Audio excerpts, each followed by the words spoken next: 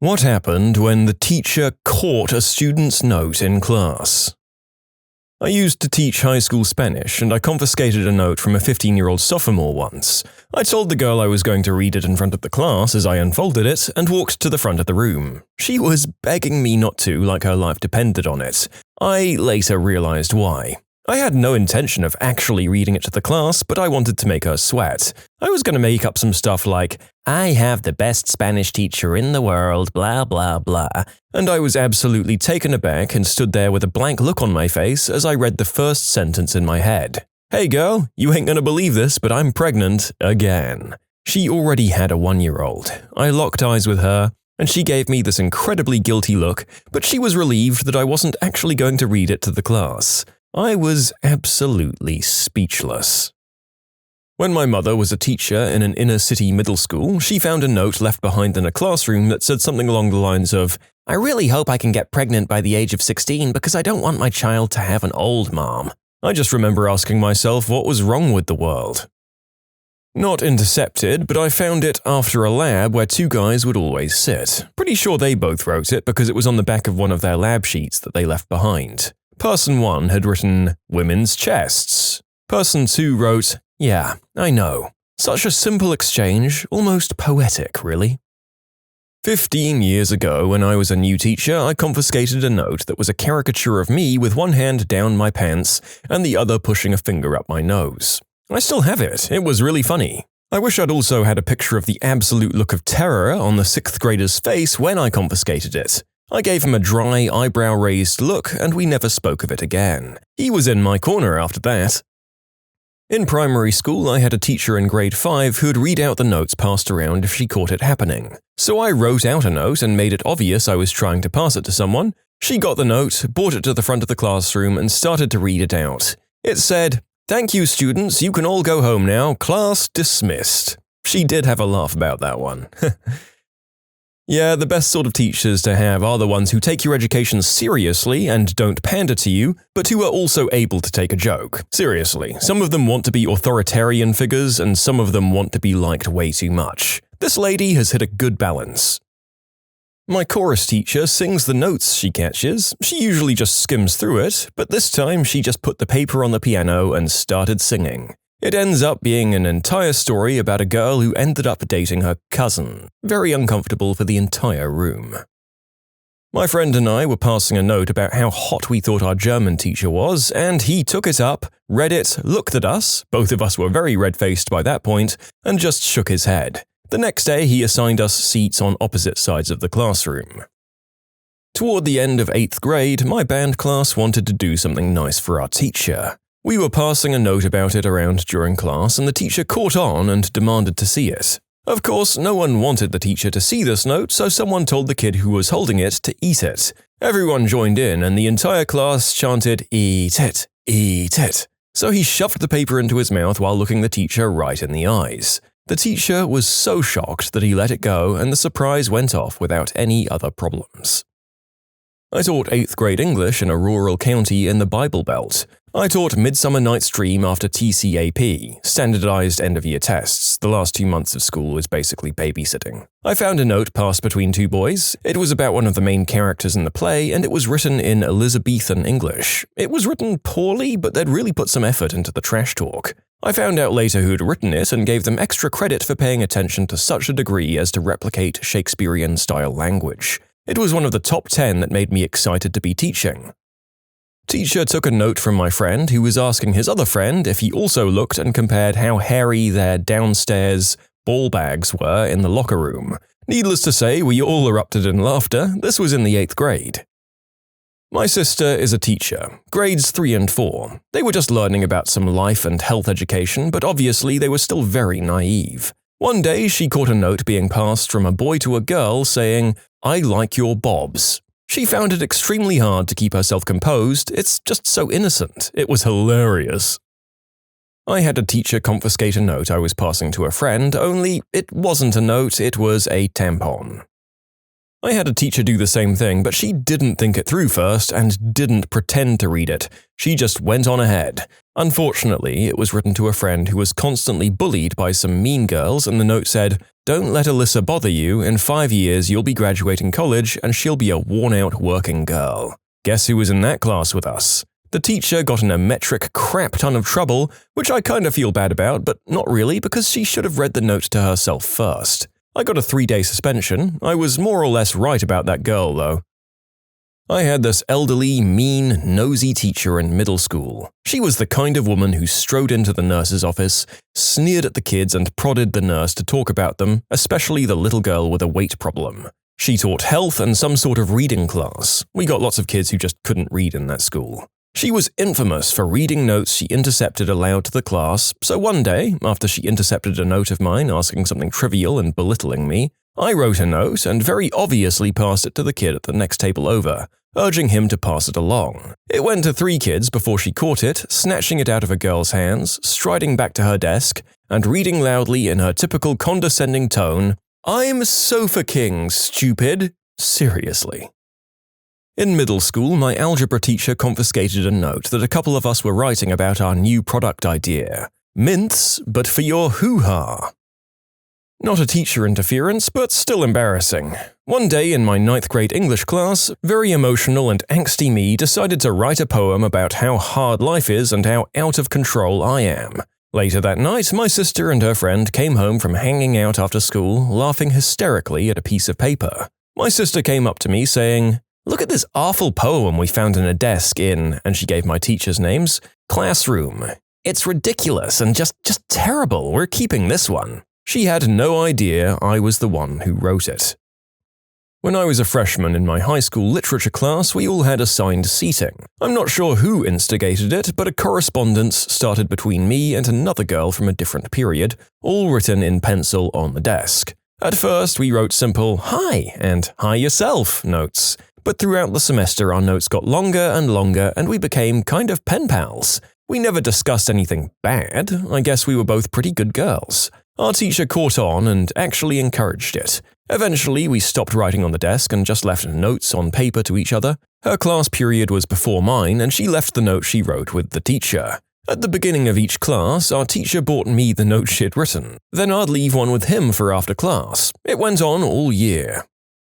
I went to a Catholic high school just outside of Vancouver. A couple of friends had this thing where whenever the other one was out of the room or not paying attention, they'd draw male members all over their work and binders. One day, one of the kids, Nelson, left to go to the bathroom and awkwardly took all of his books and binders with him, holding it in front of his bathing suit area in the hopes that he wouldn't get all of his homework covered in poorly drawn eggplants.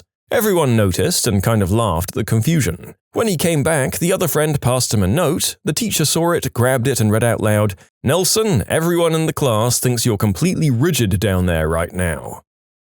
I intercepted a note from an 11-year-old boy. He was passing the note to a girl he was asking out. The kid was furious with me, and the next day I received a picture he drew of me in a cauldron because I blew his only chance with the girl. Cauldron? Was this kid just extremely unconventional in this muggle school, or are you a teacher at Hogwarts and you've just blown the entire operation wide open to the internet? Well, it was almost intercepted. I was passing a note, and when the teacher asked me for it, I frickin' ate it. That's right, she sent me to the principal. Think about that conversation. "So, Timmy, why are you here?" "Well, I ate paper." "Son, get out of my office, and don't eat paper." I don't recall what the note said, but I was in 5th grade at the time, so probably some hardcore substance deal out on the playground. There was this one time in 7th grade where 2 kids were passing a note during a test pretty sneakily. Mr. Hoff, our eccentric lab coat-wearing science teacher, picked it up and brought it out to the front of the class to read. In huge letters it said, "Did you check your butthole for butthole AIDS?" Following that it just said, "Yeah man." It was promptly framed and hung above the chalkboard. In short, John Carlo was asked if he had checked his butt for butt-acquired immunodeficiency syndrome, and he had checked. My freshman year in math, the girl behind me was passing notes to the girl in front of me. She'd just have me hand them over to her. Eventually, after getting tired of passing it for her, I decided to just read them. The note basically said something like, "Something bad's about to happen. I can see my birthmark and it only shows up when something bad is about to happen. I showed it to the kid next to me and we started laughing our butts off. She started crying and left the class. In short, read a note from the girl behind me, she cried and left, her prophecy came true. When I was in junior high, I used to write notes with crazy made-up stories in them, and when no one was looking, I'd drop them in the hallway. I never put any names or anything, so people would wonder who they were about. My mum has been teaching middle school for 25 years, so I figured she'd have some good stories. I just asked, and she said, "Nothing. I didn't really read them because I figured they're private. I just scan them for anything I should report related to safety and then throw them away." I was both proud and disappointed. You can submit your own stories to be featured here on the channel. The story submission link is in the description below, and if you want to listen to some vibey music in the background, check out easymode, also linked below, and subscribe. When I was 14, I was hormonally out of control and obsessed with the act of whoopee. I guess like everyone else. I was messaging this girl online and I was supposed to go over to her house that week. Obviously, the doing of the deed was being talked about. Well, I was passing a note to one of my friends about being scared of the protection breaking, and I figured that was the last of that note until I got back from spring break. I was called to the guidance counselor. She said an anonymous teacher gave her the note. Turns out the note fell out of the kid's backpack and was picked up by another student. That kid gave it to a teacher and she gave it to the counselor. Needless to say, there was an awkward talk about doing the deed with my hot, fresh out of college guidance counselor. This is why you don't sign your notes. My friends and I were clandestinely doing a Mad Lib in AP English and our teacher confiscated it. She read the first sentence and couldn't help but laugh a little bit. It was something like, "Dear Mom, Terry Schiavo won't stop waxing my butt." I sent a student to the restroom. I knew he really had to go because I'd initially said no. Admin said no bathroom passes, don't chew my butt out for that. And he looked to be in tears at his desk the whole time afterwards. So I went over to his desk and told him to go. He rushed out. So I was really confused when he came back less than a minute later and sat back down. There was no way he could have used the restroom. He immediately began scribbling a note. I waited for him to pass it and then intercepted it and read it. The class was chanting, "Read it out loud, read it out loud," but I couldn't. It had said, "I just walked in on 2 people doing the deed in the bathroom." I didn't want to call the office to tell them because I knew if the rest of the class found out, and they would be listening, the class would be out of control. So I pulled a different teacher out of her class from across the hall, told her the situation so she could keep an eye on my class, and sprinted to the bathroom. They were already gone. I went ahead and called the office and they were able to look in on the security camera and catch them going in and out. Busted. Oh, and my poor kid never got to pee.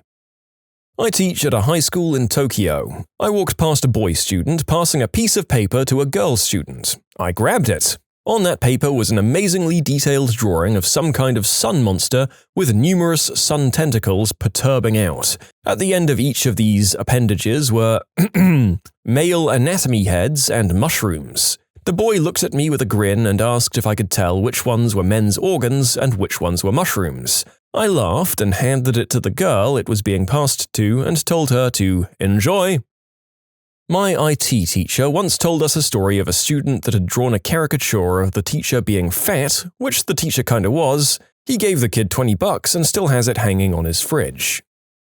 Not really an intercepted note, but in my freshman English class, I dropped a few papers out of my notebook, and the teacher caught me picking them up. Then she had me read my note aloud, saying something like, "We don't pass notes in my class. If you can't say something out loud, then it doesn't belong here." So I read my past note. English Quiz 1. Question 1. When Romeo, etc., etc. She stopped me before I could do the answer, and I was like, "Are you sure you don't want me to read the answer? I got a full 10 points for it." When I was a freshman in high school, I'd make graphic comics about the adventures of Eggplant Boy and Hoo-Ha Girl. One day, John dropped the note and the hottest girl in my grade picked it up. She laughed her butt off. I was in the 8th grade and in religion class. The teacher was talking about confessionals and I was reminded of a scene from South Park when someone, I'm not sure who, had whoopee in one of the booths. Since I wasn't a good artist, I decided to draw 3 stick figures railing each other. I passed it to my friend and the teacher confiscated it and then told the principal. I was given Saturday detention, which entailed me paying $10 to the teacher and having to wipe down her desks for 4 hours. Wait, teachers can fine their kids as part of detention and pocket the money? It says here that you paid directly to the teacher. Holy crap! I need to become a substitute and get in on this corrupt gravy train. So long, you two. Actually, no, I don't want to deal with kids. I'm going to keep this job. Yeah. Freshman year, in my study hall, a friend and I were passing a note back and forth, calling each other a number of names and specific racial slurs. Then the teacher finally noticed and took the note. After that, all of the other students were saying that he should read it out loud. He said that there was no part of the note that he would even think about reading in public, and we were both suspended for a week.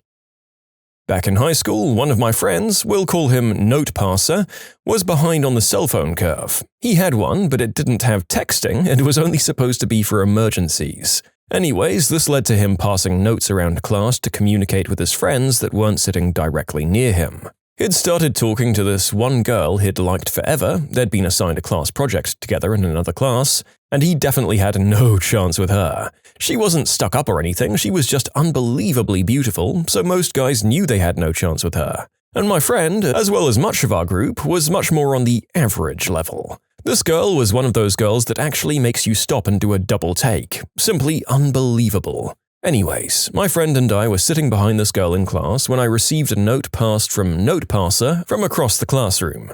I opened it, thinking it was to me, only to read that it was for the girl in front of me, the unbelievably gorgeous one, if you'll recall. It was some lame question about when would be a good time to get together to work on the project. My friend and I said that this wouldn't fly. So as the note passer sat there and looked on in horror from across the classroom, we crumpled up his note and started writing our own. It was this sprawling love poem which started out as a joke, just a little way to mess with our friend, but then it actually started getting good. Really good. We didn't really think anything more of it until, barely containing our laughter, we passed it forward to the girl in front of us. A poem not written by Note Passer, but with Note Passer's name on it. Note Passer's eyes declared death, while ours declared hilarity. After about 5 minutes of nothing, we figured the girl had just written it off as the joke it was, or had declared Note Passer a creep. Either way, we were going to explain that it was a joke to her after class. We were shocked when she reached back and planted a note on my desk. With shaking hands, I opened it. It said, "That is the single sweetest thing anyone has ever said to me." That's it. Just one simple sentence, and words could not explain the goldmine we had just struck for our friend who was ready to murder us the second the bell rang. Quietly and slowly, we wanted to make it seem like the note had been passed all the way there, then a new one written and passed all the way back. My friend and I hatched the beginning of a relationship through pen and paper for Note Passer. We kept up the poetic tone for a few notes and then asked if she'd like to go to the homecoming game or dance. All of this was still under the Note Passer's name, of course. She said yes, and explained that no one had ever asked her to a dance before. Later we'd learn that she was rarely asked anywhere simply because 99% of guys thought they had no chance with her. With class time running low, we sent a brief message to Note Passer outlining what had just happened, to at least trust us until after we could explain more, and that if she comes up to him before we could talk to him, to keep his stupid mouth closed as much as possible, to not show her any of his handwriting, and to not try to refer to what was written in the notes, as he had no clue what the heck they said. He gave us this stunned look when the bell rang, and remained planted in his seat when he saw that the gorgeous girl was coming over to him. She said she forgot to give him her phone number in the last note, and that he should have it so that they could coordinate times and crap before the game and dance. This was like 2 days before. Everything went well, they're still dating and in a long-term and committed relationship, and she has no clue that those original notes were from us. I guess she just never compared the handwriting, even though Note Passer and I do have pretty similar handwriting. In short, hijacked my friend's note and hooked him up with the most beautiful girl in the school. When I was in secondary school, high school but we started a younger age, I was in first year when I would have been 11 or 12. We had this maths teacher who was a bit of a weirdo. She always stared at me when talking to the class in general, which was quite unnerving. As a class, we liked to mess with her a bit. Stupid things like dropping our pens all at the same time. So one day, a note was being passed around the class saying, "Everyone drop your pens at 12 sharp. Love, Katie." When it was my turn to pass the note along, I waited until the teacher had turned to the blackboard and threw it to the next person. Mid-throw, the teacher decided to turn around and of course her eyes went directly to me, as per usual. She confiscated the note and brought it to her desk. Katie was freaking out as it wasn't actually her who wrote it, it had been her friend Liz. So Liz asked the teacher if she could go to the restroom. In our school, we had to go get our journal signed if we wanted to go to the restroom during class time. So Liz went up to the teacher's desk and placed the journal on top of the note while the teacher signed it, and then she took both the note and the journal with her to the restroom. The teacher didn't even have a clue. A couple of minutes later, the teacher started to look for the note, asked us if we'd seen it. She checked under her desk, asked Liz when she came back from the restroom if she'd seen it, but then it was never found and she never got to see its contents. The relief we felt as a class was awesome. In short, got caught passing a note, managed to get the note back without the teacher reading it. Had some criminals in class, and nowadays, a majority of them are in prison. Anyway, one day, one of them passed a note saying, "Meet me with the stuff at 8, or something along those lines to another one, and the teacher, of course, intercepted it. Not being the smartest girl, plus being new in school, she read it in front of the class and laughed at these guys. That same teacher was jumped by some, quote, strangers later that day and got her nose broken. Oof. Had a science teacher who confiscated a note that this messed up boy had written to this girl who had just broken up with him. The teacher read it aloud to the whole class. It was full of personal information and was very emotional. Everyone laughed at him and the boy was humiliated. Turns out, giving everyone an open season pass to bully someone who's already in a pretty bad place isn't a great idea. That took a dark turn afterwards, and the teacher was fired as a result of some of the stuff that happened. What words or phrases do you hear someone say and immediately know you're probably not going to like that person? Tough love often seems to be used as an excuse to be a jerk. I get it when it's like an intervention, but most times I've personally heard this is just for when people want to start crap. So I personally don't use the term tough love, but I am the doesn't sugarcoat things friend. Granted, I know how to read a room and I'm not heartless, but there are a bunch of people in this world that need a little push or to be told that they are acting a certain way that might not be for the best. I feel like tough love is probably the best phrase, but I don't know another phrase that doesn't seem negative. You're so quiet. No, I'm not quiet or shy, I just don't want to speak to you. We're all family here. In a work setting, mother freaker, you just laid off cousin Bill last week. Yeah, as soon as you start talking to your coworkers like you talk to your brother, you get written up. Can you go get the cart from the back in building C? Get crapped on, poophead. You've got legs. Instant write-up. So much for family. No offense, but just before saying the most offensive thing you've heard in your life. See also, don't take this the wrong way, with a disaster statement to follow. That's the cousin of, I'm not racist, but proceeds to say the most racist thing you've ever heard. Can't forget stepsister of, not to be political, but you can't retort it because they made it clear that their political rant wasn't political. This family usually calls Twitter home. People don't like me because I tell it like it is. And naturally, they hate when anyone else dares to tell them how it is in kind. Very thin-skinned these blunt folks are. My ex. I wear my heart on my sleeve. Also my ex would quietly simmer about things he secretly had an issue with for months, make snarky remarks out of nowhere, and then it would be like pulling teeth to get him to have a solid conversation about what the freak was even up with him. Turned out to be a shady mofo who would rather burn everything to the ground and start over with a whole new friend group than actually admitting to someone that he was in the wrong. I'm so bipolar. To explain why they are indecisive, or to play off poor life choices, or just to say it to sound quirky. I really hate that because I'm bipolar and I rarely tell anyone. I hate this for, I'm so OCD, too. Yeah, definitely. My colleagues say this all the time and it's really annoying. I actually have OCD and it's a horrible condition that limits your life so much and it gives you so much stress and anxiety. Another one that makes me roll my eyes is, I'm so weird. People seem to like to use those kinds of words to make them seem special or cool. Whatever. I'd like to add in here the phrase, I'm dyslexic. For people that do something by mistake or switch something around that they didn't mean to, that's not dyslexia. You just messed up. Call me when you have to proofread a tweet or text message a million times and the moment you hit send, you notice mistakes. I'm bipolar and I hate it when people use it as a badge of quirkiness. Nobody brags about climbing the walls at 3 a.m. Nobody should aspire to burning their life down. Nobody can throw away every relationship, career, education, and think it's something to be proud of. Because of these people, my own tendencies get blown off and not taken seriously. I'm so glad I found medication that works.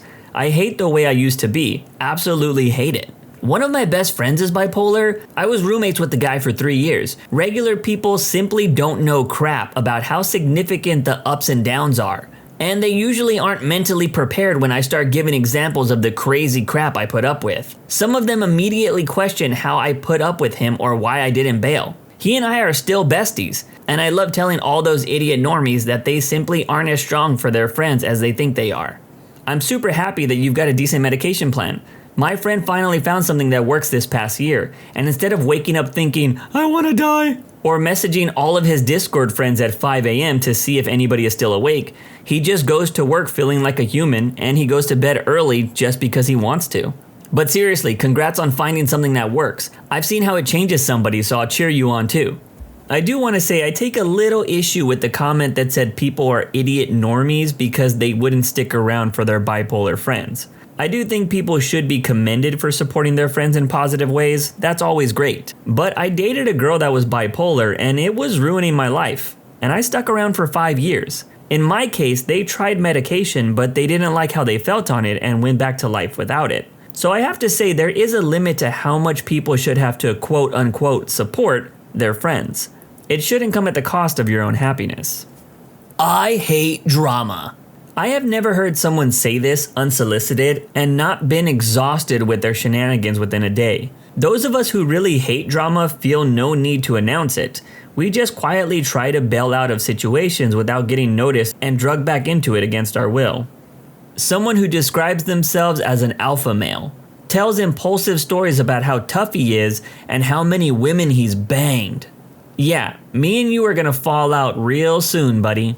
And I'm not just saying this because he's an ex, loser ex-BF said this all the time. Then later, when I broke it off and ignored him, his messages were things along the lines of, you think you're an alpha female? But you're not even close. You can't compete with me and what I bring. Ugh, I hated that guy so much. I didn't believe it until I had a roommate call himself one.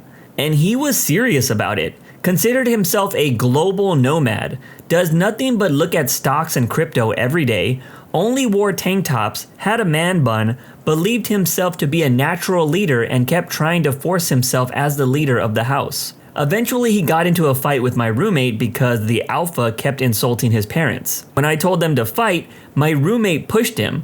The alpha called the cops because he touched me first. The cops laughed in his face. But it wasn't fun being questioned by the cops at 10 p.m. Dude, can I just say that if a guy constantly talks about how much he hooked up with chicks, they more than likely are not doing that. I used to work with some dudes that were like this, and all of these stories happened when there were no witnesses, and if they ever went out with coworkers, they were often quiet and kept to themselves. Also, the hookup situations always seem like something you could find on Orange and Black YouTube. Where's my hug? Immediately, no. As an empath, that or I'm an old soul. I like people who are spiritual, but these particular people seem to be less spiritual and more full of themselves most of the time. Good vibes only. And I'm such an empath. Okay, I've totally met people that say I'm an old soul or that they like good vibes only. I have never in my life met somebody that has considered themselves an empath. Is that really a thing? Why didn't they just take eagles to Mordor? I feel like this one doesn't get used much outside of nerd circles. Oh, I'm totally compelled to do this totally normal activity because my OCD, ADHD, bipolar is kicking in. This is absolutely not how ADHD works. Everyone seems to have it. It's annoying. I hate that I found out that I have ADHD in a time where everyone thinks that they have ADHD. It is a huge light bulb moment for me. Like, oh crap, this is why my life has always been so hard for me. And I felt like such an outsider / weirdo.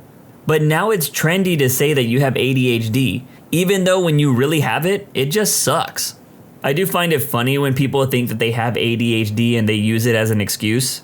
When I hear somebody say that, I usually ask, were you diagnosed? And if they say no, I just tell them, you're probably just bad with time management. You'd be surprised how much people could get done if they actually scheduled things out.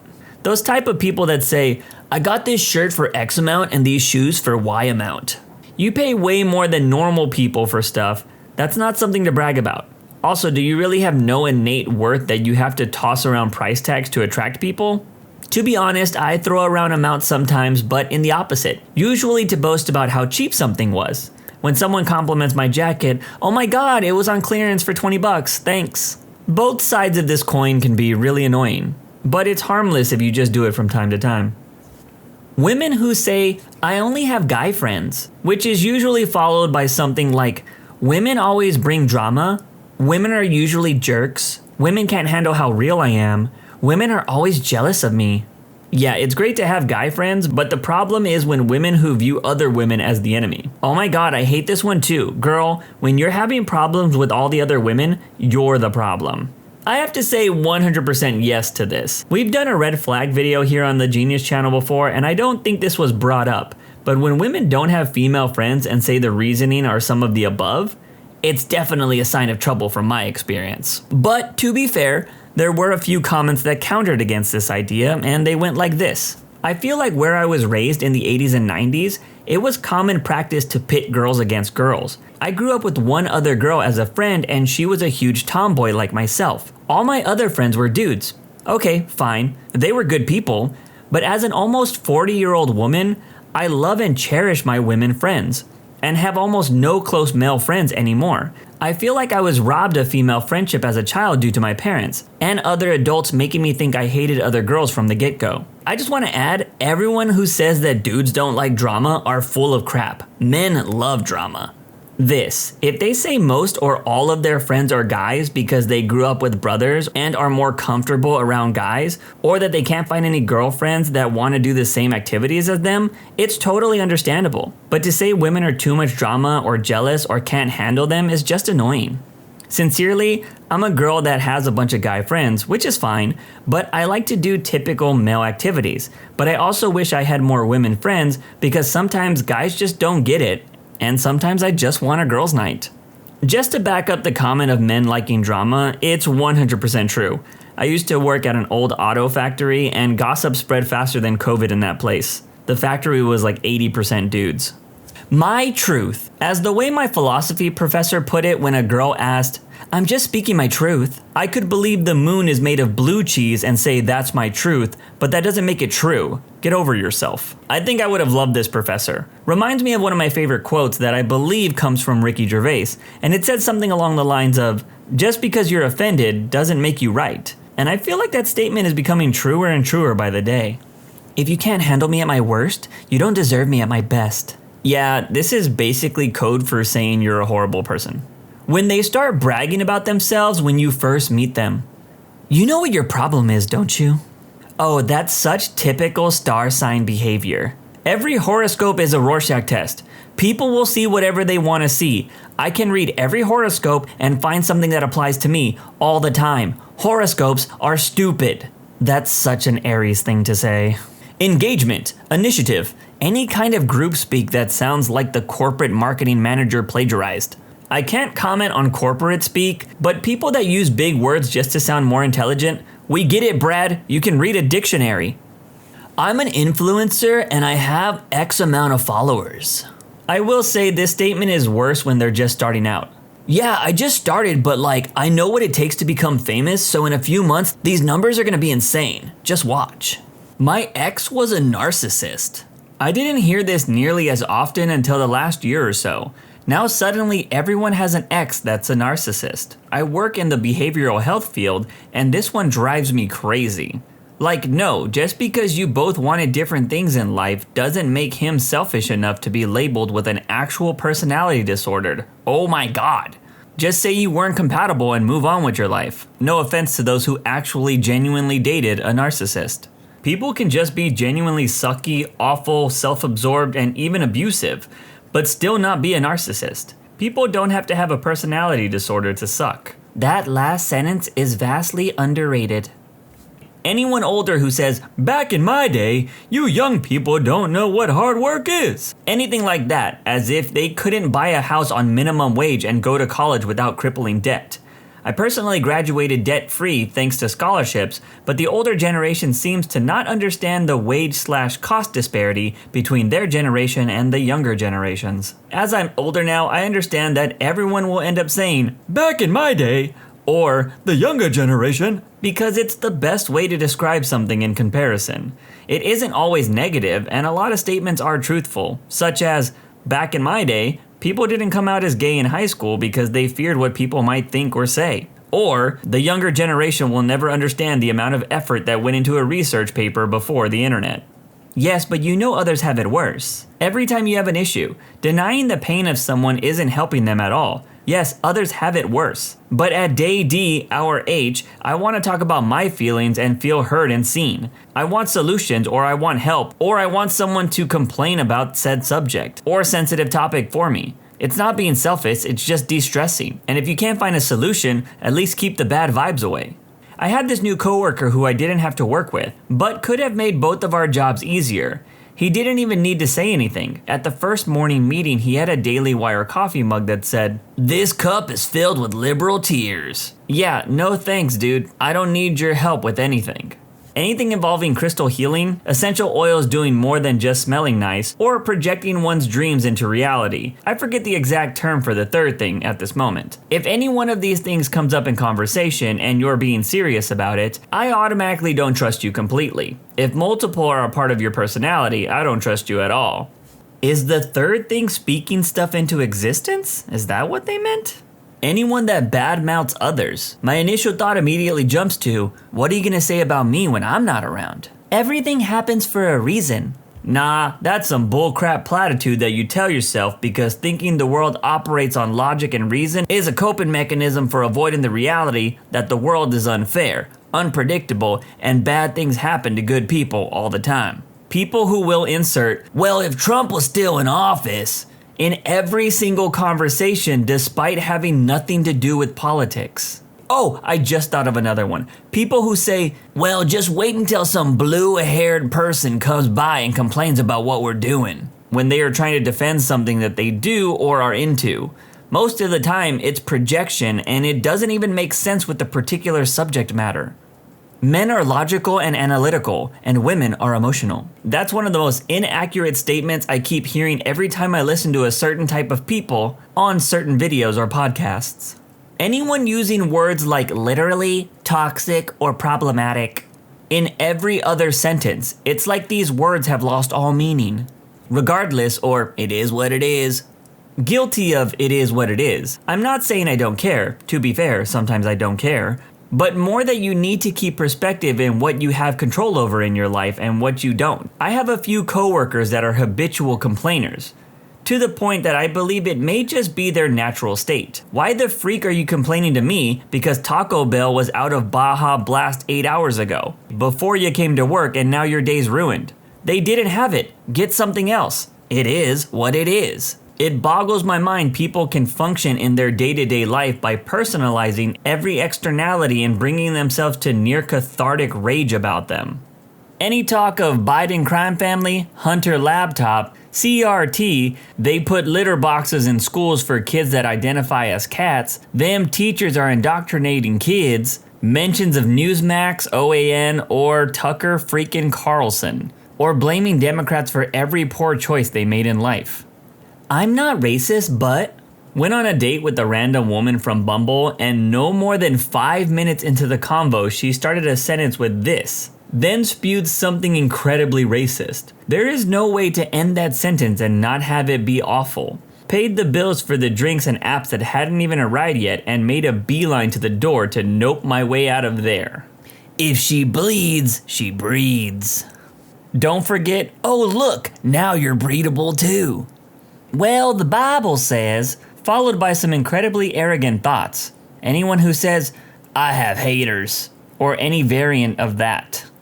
Anything derogatory regarding or referencing a group you're not a part of tells me all I need to know about what you think of yourself and others. Work hard, play hard. As a straight, white, cisgender person, ma'am, this is a Wendy's? Thoughts and prayers. Tells me they put on an empathic face while doing absolutely nothing to help, regardless of their ability to do so. virtue signaling at its finest.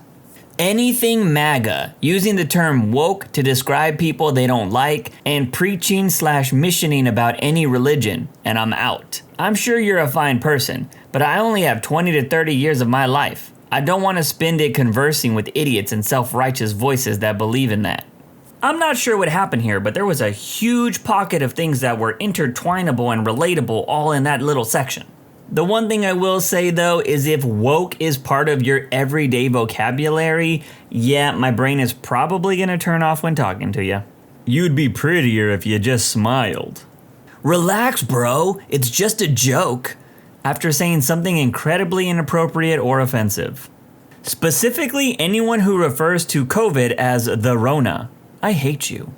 I'm a real patriot. Most people who use this phrase never served their country in any capacity to make it better. That means not necessarily military, but other jobs that help the country as well. And they think for some reason because they are extremely right-leaning, probably love the orange one and have lots of guns, it makes them a patriot. I served in the military, then when I got out, I tried to keep jobs that help my community/country in some way. And I feel like a true patriot is not a person looking for violence or to hate others, but a person who wants us to all succeed, even people who are immigrants that may not be an official citizen yet. And for us all to work together as a country to improve the lives of everyone that lives here. To me, that's a true patriot. I got one that I didn't see on the list. When gamers say, people nowadays would never survive in the old Call of Duty lobbies. People that say this are usually some of the softest people in the world. Just look at any big YouTuber or Twitch streamer that plays COD religiously. What are some weird historical facts or events that most people don't know about?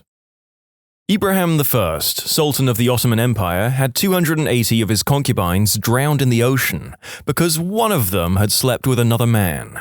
A slightly more positive fact is that officially the longest war in history was between the Netherlands and the Isle of Sicily. It lasted from 1651 to 1985, 335 years. There were no casualties. Gets posted on Reddit pretty often, but still unknown to some.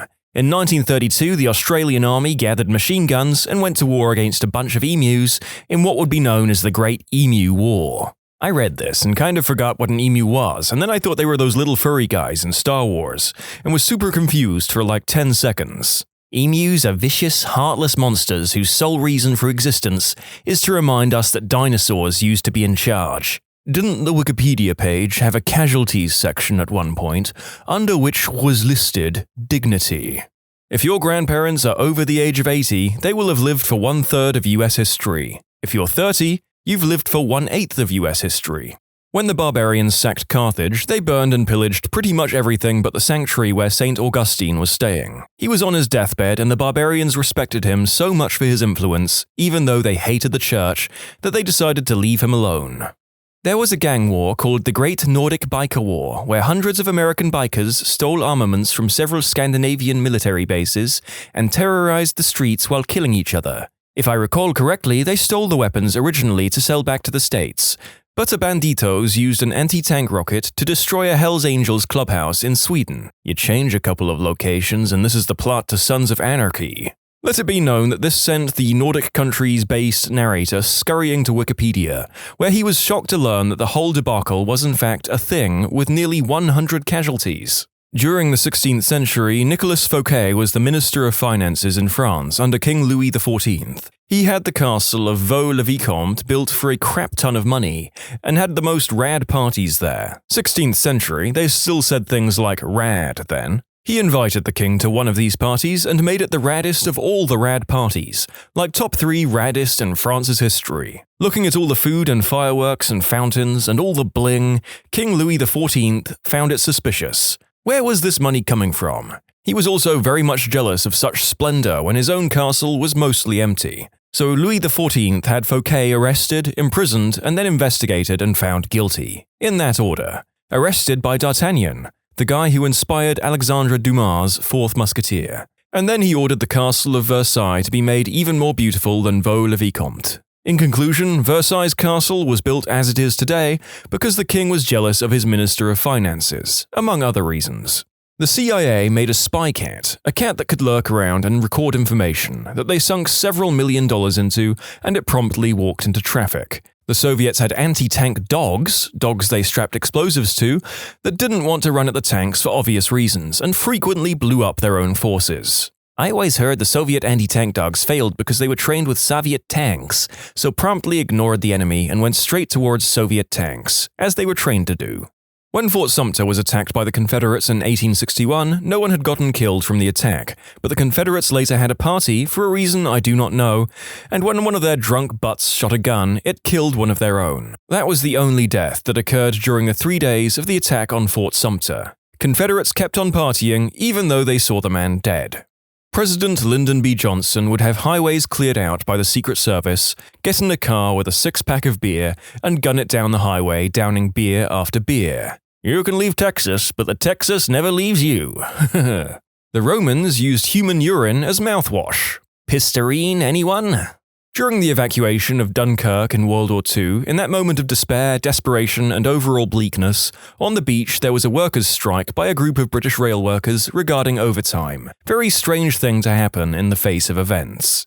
That Henry Ford attempted to build an entire city in the middle of the Amazon to supply his company, and the United States, with a reliable source of rubber. Unfortunately, the entire scheme fell apart, although one can still visit the ruins on the site, complete with all the amenities 1920s Americans could want. Salieri did not kill Mozart. This is a legend. Mozart drank and died in poverty. I heard also that it was a myth that he died in poverty and had a pauper's burial. Apparently, a lot of money was spent on his funeral as well.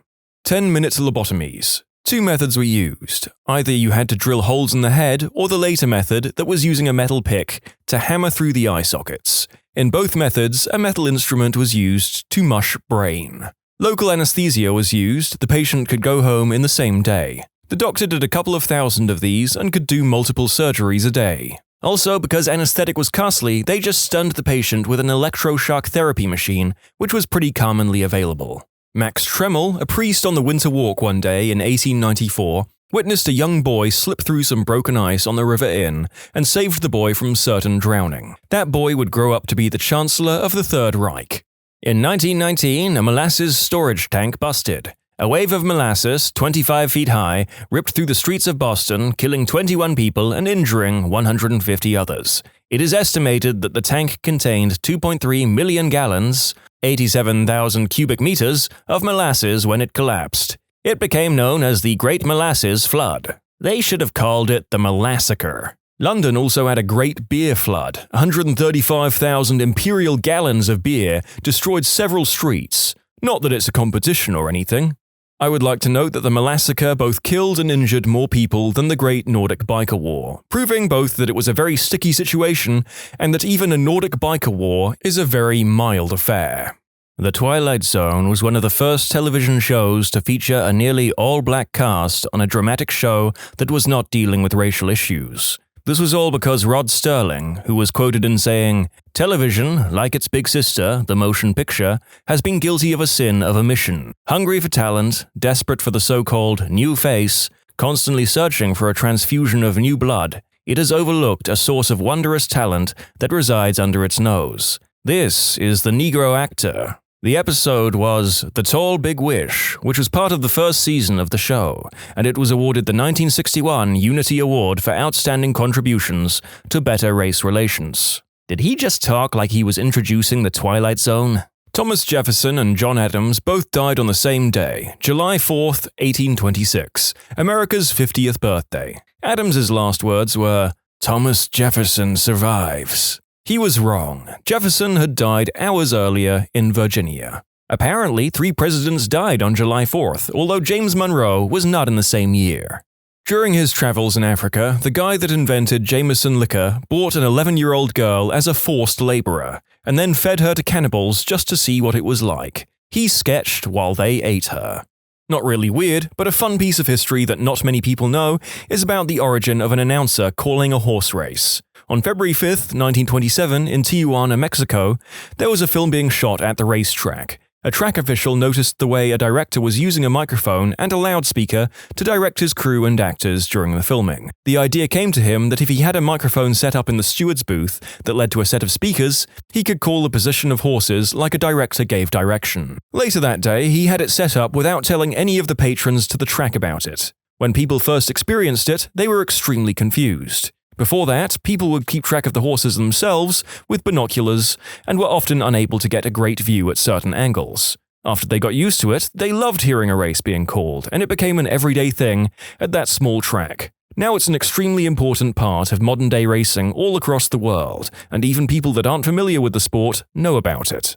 Fidel Castro actually wanted to be allies with America, since they were only 70 miles north and a world superpower, and Cuba desperately needed economic assistance. But because of containment and strong anti-communist sentiment, Eisenhower and Nixon both refused to meet him. So Castro turned to the other world superpower, the Soviet Union, for economic assistance, and Khrushchev welcomed him with open arms. And that's how the Cuban Missile Crisis began.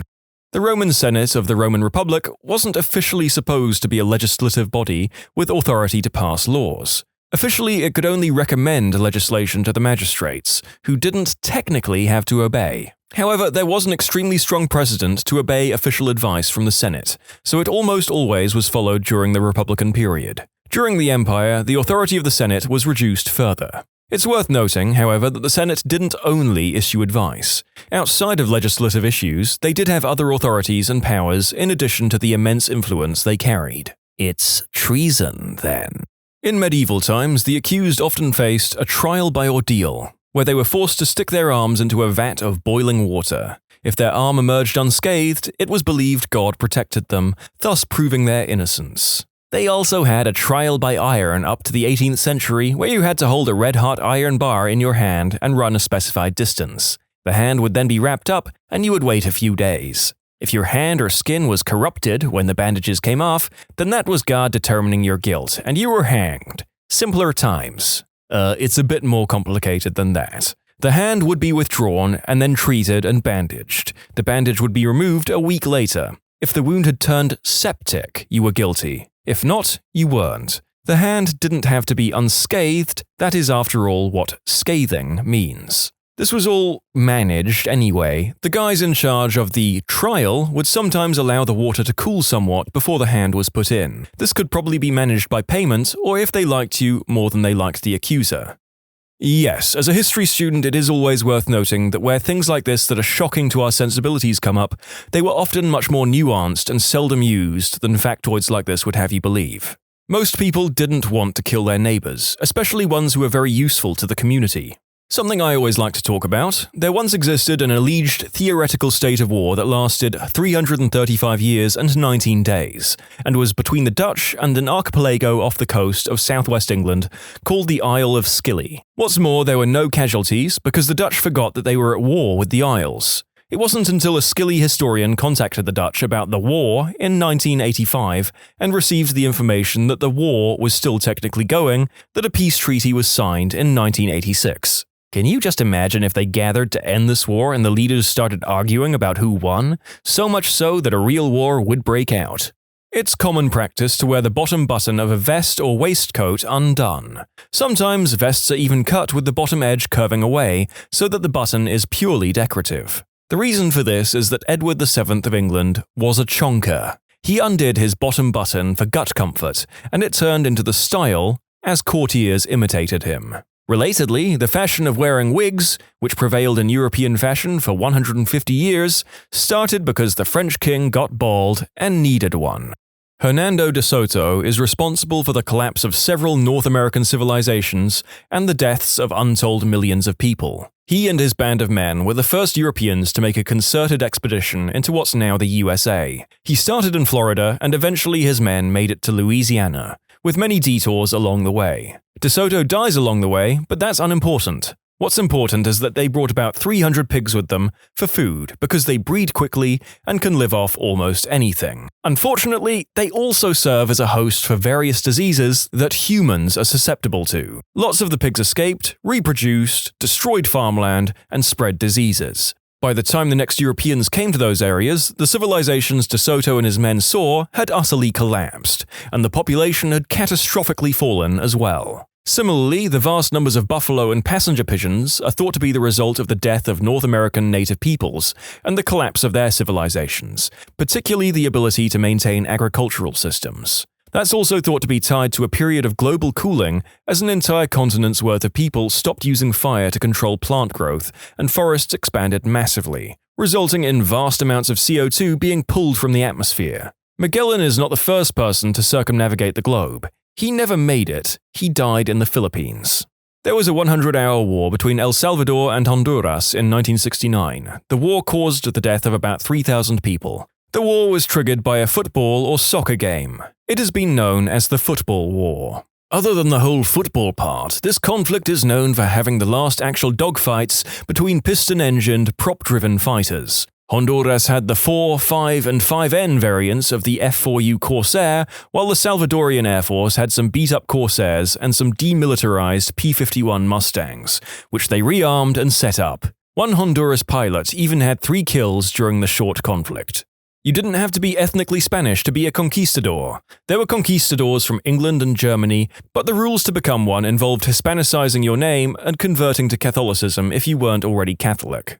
The sound made by the Krakatoa volcanic eruption in 1883 was so loud it ruptured eardrums of the people 40 miles away, traveled around the world 4 times, and was clearly heard 3,000 miles away. That's like you standing in New York and hearing the sound from San Francisco. There's a tribe in Vanuatu that worships Prince Philip as a literal god. There was a TV show on it where they came over to England to meet him and experienced snow for the first time.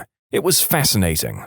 On the Lewis and Clark expedition, a vote regarding what direction they should go was held on the coast of Washington amongst the party members. This vote included Sacagawea and York, Lewis's slave. Thus, because the expedition was funded by the US military, this was the first time in American history where a woman and a black man were allowed to participate in a vote of any kind related to government affairs. Pope Gregory IX called for black cats to be killed, as he believed they are incarnations of Satan. The mass killing of cats increased the number of rats in Europe. The increased number of rats helped to spread the plague all throughout Europe. He also had a steam yacht called the Saucy Sue, which was moored off the coast of the West Indies, in which he hosted the entire England cricket team and the Balinese goddess of plenty. That Blackadder quote probably didn't deserve a place in this list of historical events, but it made me laugh, and hopefully it made you laugh too, listener. Legend holds that the Renaissance artist Raphael died of exhaustion and fatigue due to excessive fornication with his mistress, Fornarina. That sounds like something Raphael would want to be said about him after his death. Tell everyone that I died banging that chick. His buddies Leonardo, Michelangelo, and Donatello all agree to spread the lie. Thomas Jefferson collected so many books in his lifetime that he would go into debt. After the British burned Washington, D.C. in the Battle of 1812, he had sold most of his books to the Library of Congress to replace those that were lost in the fire. Jefferson had spent 50 years accumulating a wide variety of books in several languages and in many subjects, including philosophy, science, literature, architecture, law, religion, and mathematics.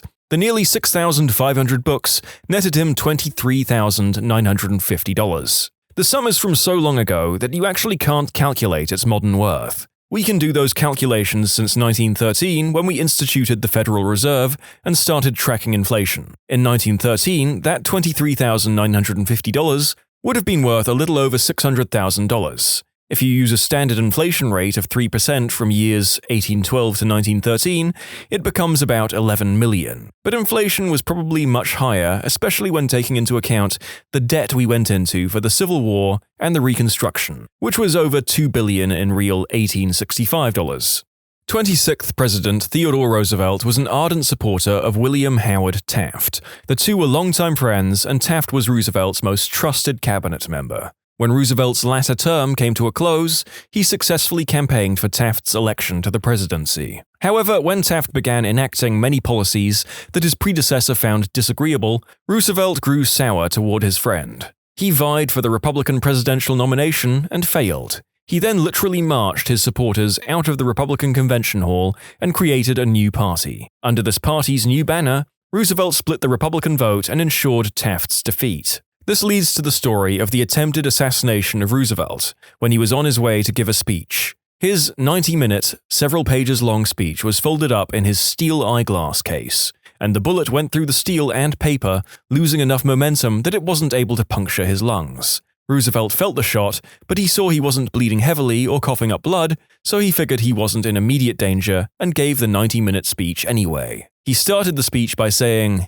"I don't know whether you fully understand that I've just been shot, but it takes more than that to kill a bull moose." A spiritualist who believed in harnessing orgone energy, as in energy from the human climax, sent Einstein what is fundamentally a nonsense machine for harnessing the energy. Einstein spent an afternoon trying to analyze this thing before sending an apologetic letter explaining that this machine was just nonsense. Albert Einstein could also have been president of Israel when it was formed, but he declined. Gladiators endorsed products like modern-day sports stars do. They also rarely died and had, for the time, incredible healthcare. The costs sunk into a star gladiator were immense. Having them die would be a huge loss. Untrained slaves and animals were a different story, of course. I'd actually like to see a modern gladiatorial renaissance myself, maybe sans animal cruelty and slavery, of course. Medieval combat sports are sort of getting there.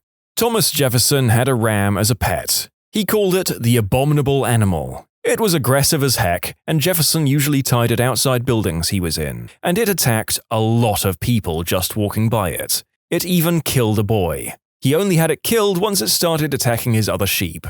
WTF, Thomas. Maybe I've been watching too much Hamilton, but outside his intellect, Jefferson doesn't seem to have had a whole lot of redeeming qualities. The American invasion fleet for the Philippines during World War II was saved from complete destruction by a small support group named Taffy 3, composed of 13 smaller support vessels. The Japanese fleet meant to destroy the invasion force was made up of nearly twice as many larger fighting ships, including 4 battleships, one of which was the super battleship Yamato. The escort carriers, which were merely converted merchants' vessels, could not outrun any of the Japanese vessels. Taffy 3 did not have any guns larger than 5 inches. To put it in comparison, the anti-aircraft guns of some of the larger vessels in the Japanese fleet had similar caliber guns. Yamato alone outweighed every ship in Taffy 3 combined. The battle itself was one of the largest mismatches in naval history. The carriers scrambled every aircraft they had on board, which was close to up to 400 aircraft. The destroyers and destroyer escorts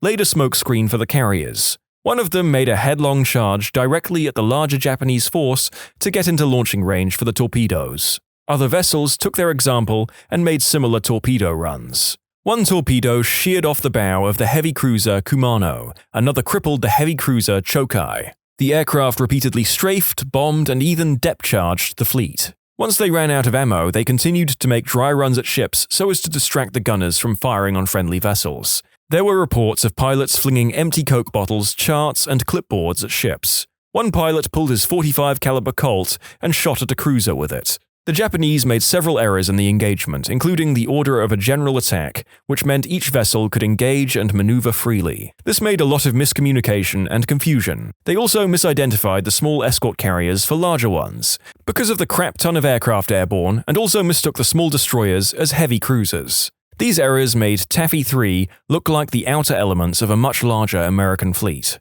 Thinking this, the Japanese admiral regathered his forces and retreated. This gave enough time for Taffy 3 to retreat and alert the main American fleet, which had been distracted by another Japanese fleet meant to lure them away. It sailed back and bombed the crap out of the remaining warships of the original Japanese fleet. The stories of heroism and bravery on board the American vessels are almost unbelievable. The story of the battle itself is also quite interesting, including when a single shot from the 5-inch Stinger gun of a carrier managed to cripple a heavy cruiser. In conclusion, American fleet composed of support vessels fought a Japanese task force several times larger than it and won. Saved tens of thousands of lives. What do you miss that disappeared during the pandemic?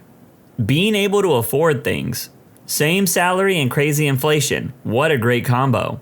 I feel this, but I'm also jealous. I went from working minimum wage during college to making really good money, but having to move to an area with astronomical prices of living, plus inflation, so I still can't afford anything. When do I get to the part where I'm not living paycheck to paycheck? I thought at this level of income it meant that I would be rich.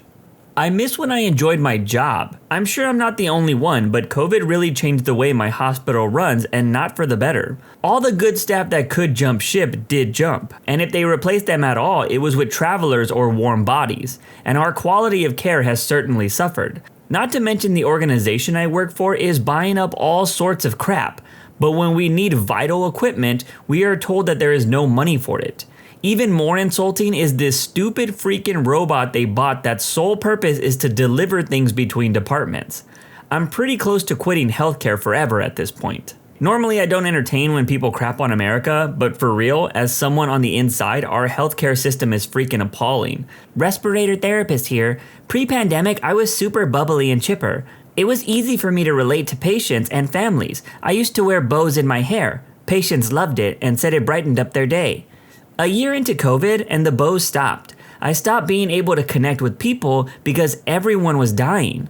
I became closer to my coworkers, but basically was a robot to patient care. I still do all the things that were required of me and try to do extra when I can, but my heart, or what used to be my heart, isn't in it right now. I smile and say all the right things, but I don't feel like I used to. I'm trying to get back to my chipper, bubbly, unjaded self, but I worry that that part of me died with the hundreds of patients during the pandemic. I miss feeling like I was making a difference. A slight more reasonable cost of living. Everything has gotten so expensive across the board. And every industry is posting record profits. Even the egg shortage led to the highest quality profits in the industry that had ever been seen in America. Capitalism gonna capitalism.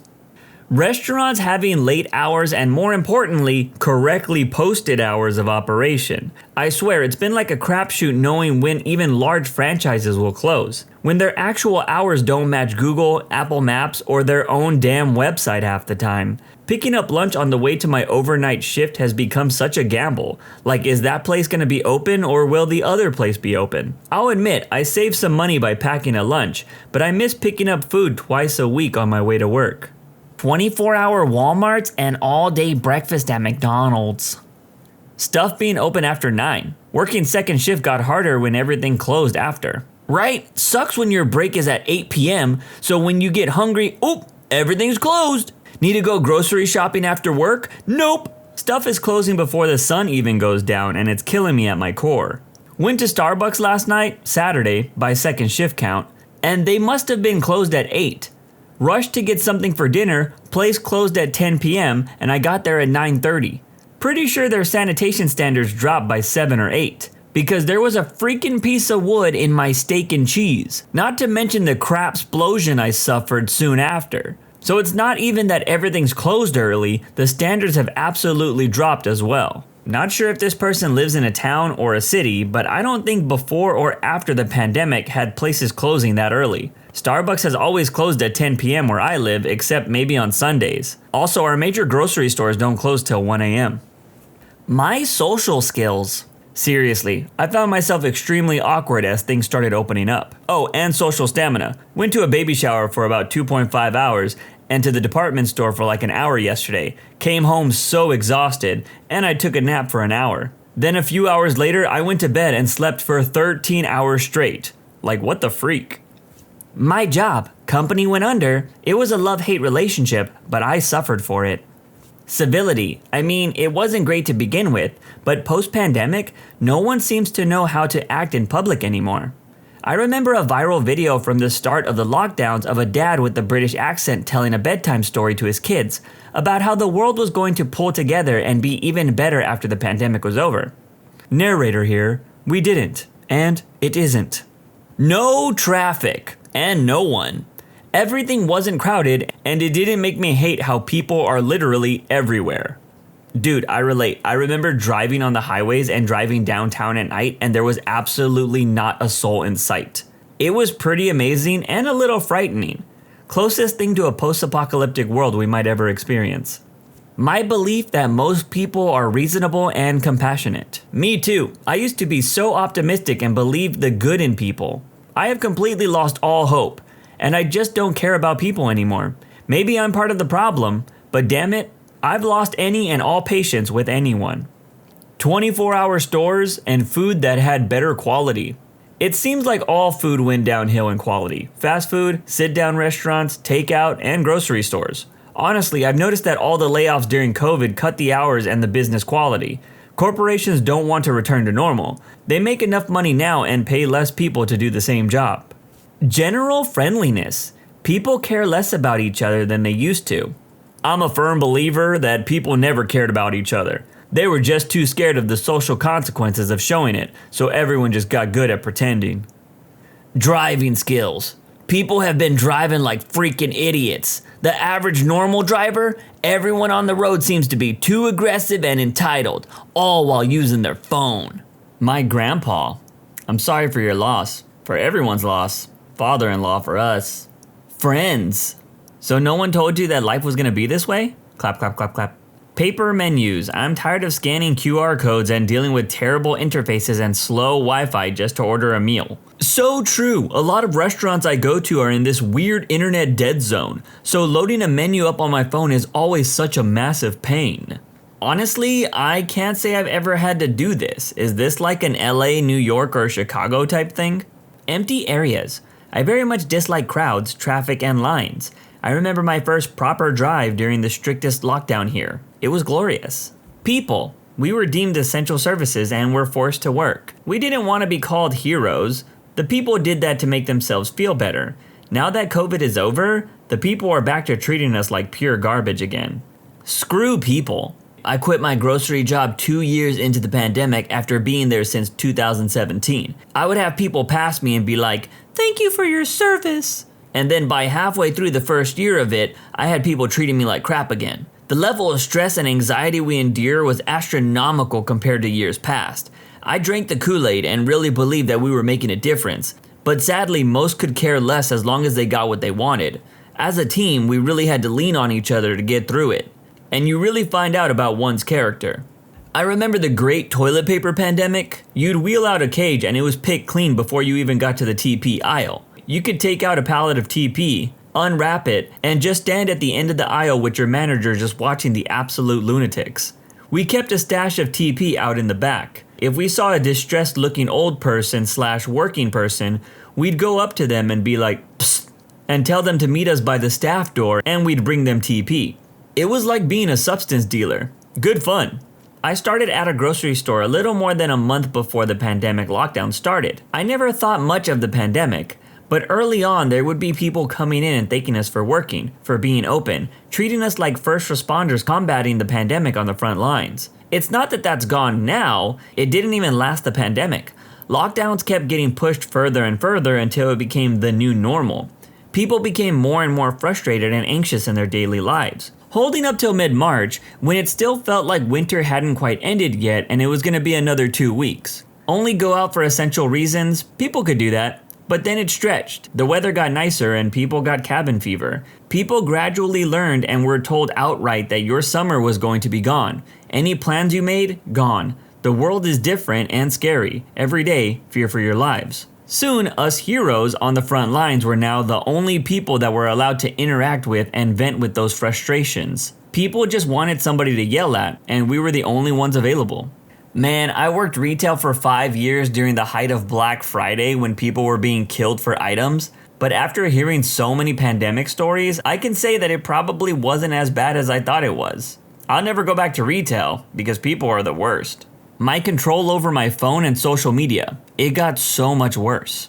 My confidence. After years and years of working on it, I'm back to square one and older. Keep working on it. I never thought in a million years that I would be as outgoing as I am now. Still not as much as other people, but a huge jump from where I was. Getting yourself out there and putting yourself in those uncomfortable situations, little by little of course, makes a huge difference. It eventually just becomes normal. And fake it. I always fake being calm and confident, and slowly it started to become a reality. Communication, especially in business. It seems like people never want to get back to you.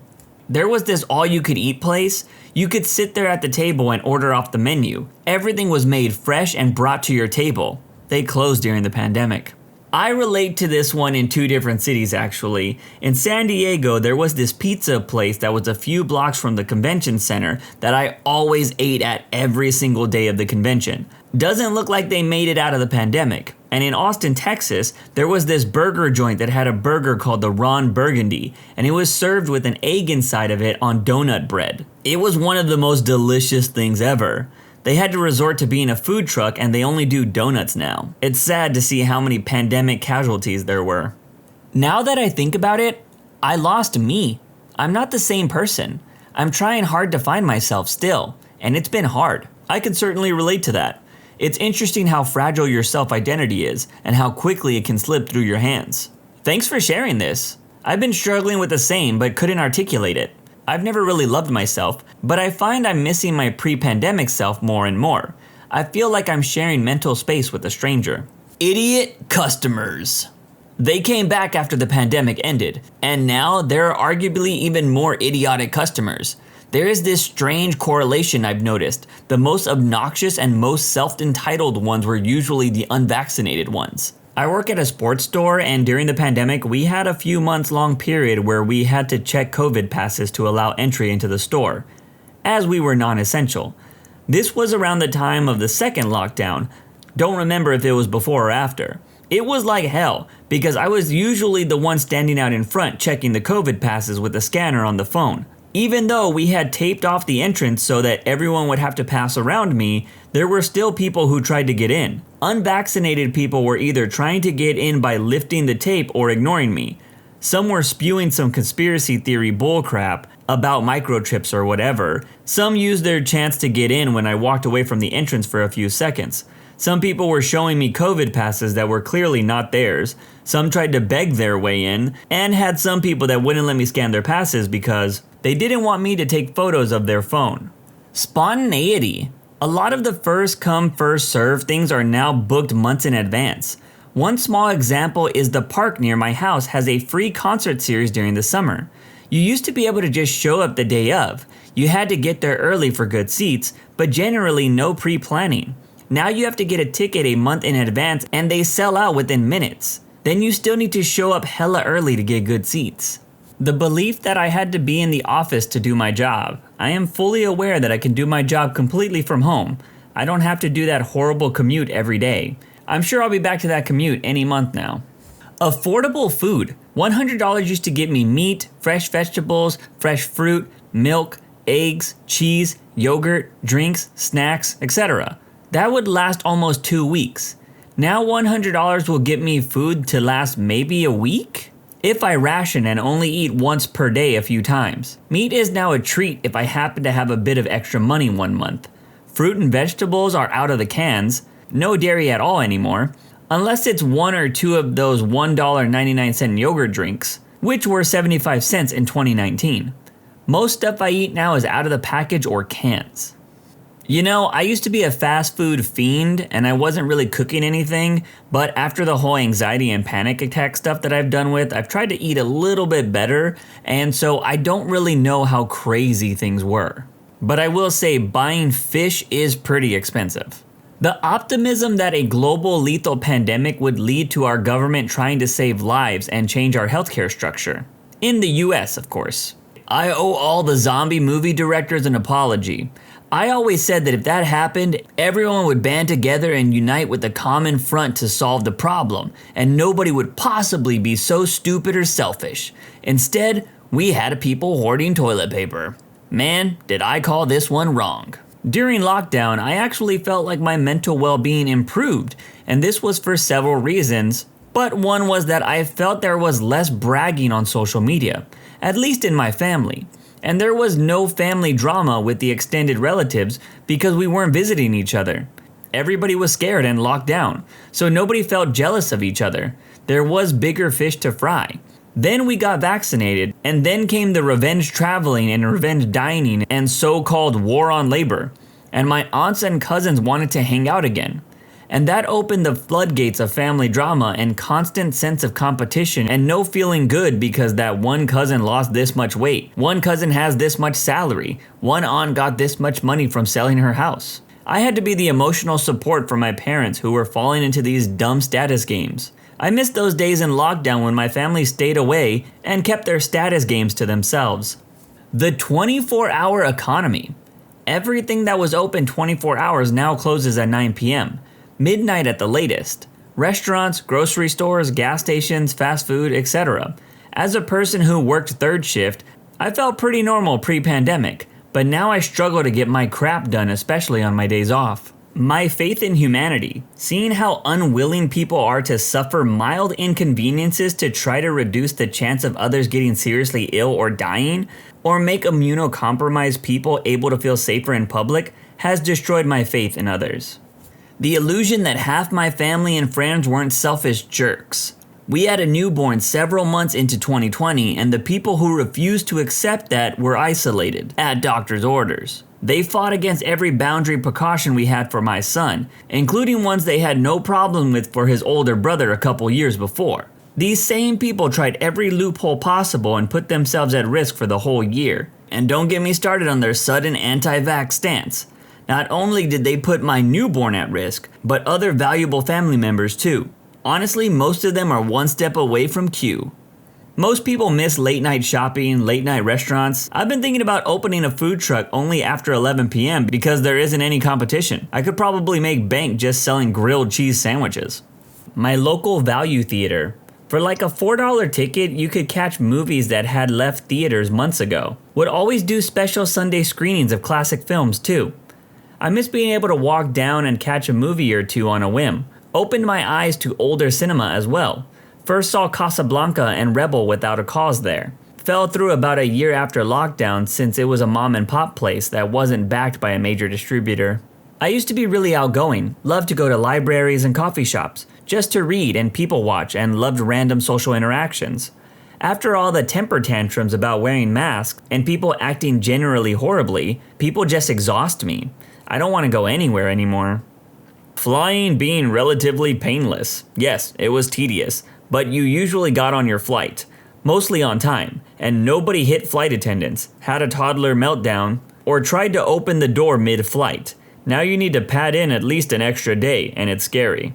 Choco tacos. A good reason not to have people over. It came and went during the pandemic, so I still consider that to be disappearing during the pandemic. It was nice to say, nah, we're isolating. I figured why not end this video with a personal story. One thing I missed was having a plan and a goal. For context, at the end of 2020, I quit my job in glorious fashion. Check out the Blaze of Glory video for that story. I decided to become a full-time content creator. I had saved up enough money to cover all my bills, food, gas, and anything else I needed for 6 months. I told myself that I would do everything I could in those 6 months to become a successful content creator. Things were going great for the first 2 months. I made about $1,000 each month from streaming, and I was putting out 10 videos a week across 2 YouTube channels. Then in February, I had a panic attack for the first time ever. Literally thought I was going to die. I was basically bedridden for 2 weeks out of fear. I couldn't even go into my stream room because that was where my panic attack started. I finally started getting better after a few weeks, and bam! Another panic attack while I was washing clothes.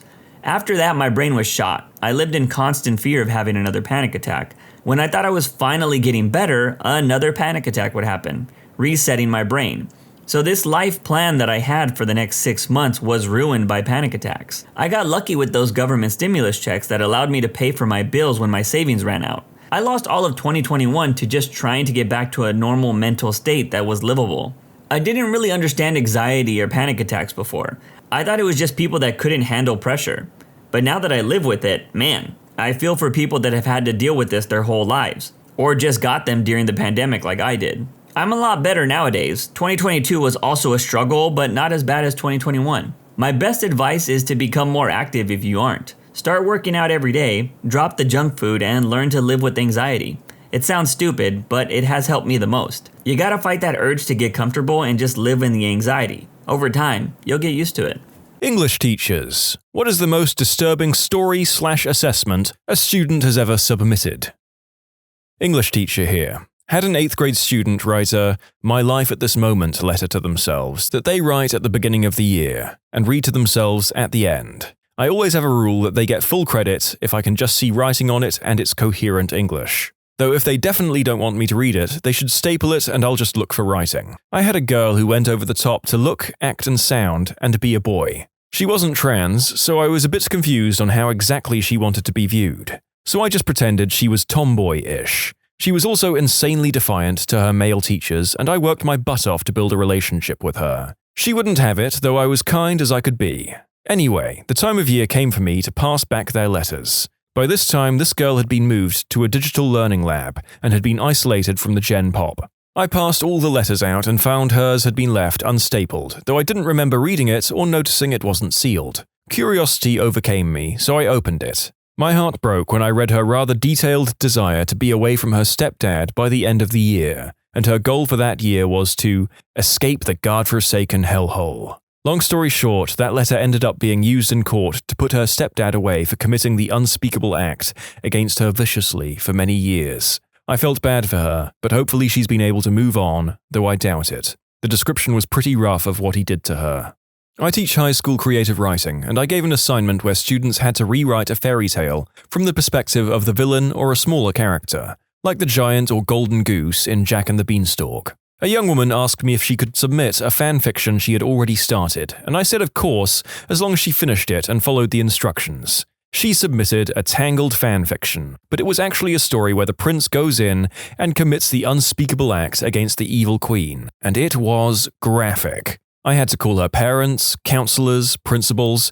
It was a whole thing, and very awkward. From that point on, I had to explicitly tell my students that I was a mandated reporter and what that means, and that they had to keep everything PG. Last year, a 5th grade student submitted a poem into our fair contest. Every student in the whole school K5 submits something, so they don't really get read. They just hang them up at the fair and slap a first place sticker on half and a second place sticker on the other half. His poem, which I cannot completely remember, went something like this. That is my girl. She's a lot of fun. If something you said tries to steal her, I'll take my gun and I'll shoot your head. With a picture to accompany it. Someone browsing the poems at the fair had a fit about it, and we had to call his mum and have a talk and everything. It was really great when the mum asked why in the world there was a big first place sticker on it. Well, it's good to see that the judges were as attentive as the people putting the poems up. Consistency all round. In a university English class, we had a weekly peer review assignment. One dude in the group I was assigned turned in a story, a fiction about werewolves and college students, best friends out in a pre-graduation cabin in the woods party, and it was bad. His writing style was so terrible and immature? We all ended up messaging the instructor individually to find out how much work we were expected to put in to editing his story. Normally we would comment on the story, with whatever little corrections may need to be made, but this thing was all run-on sentences and wrong grammar. It was nuts. For example, the friend was running in the woods as the other guy was driving at her as he tried to hit her as the other friends screamed as the werewolf chased the car as he hit her as she rolled on the roof of the car and the werewolf found her body as she was trying to get up. It was brutal. He was taking the class to be a screenwriter. I still feel bad for him, and it's been over a decade.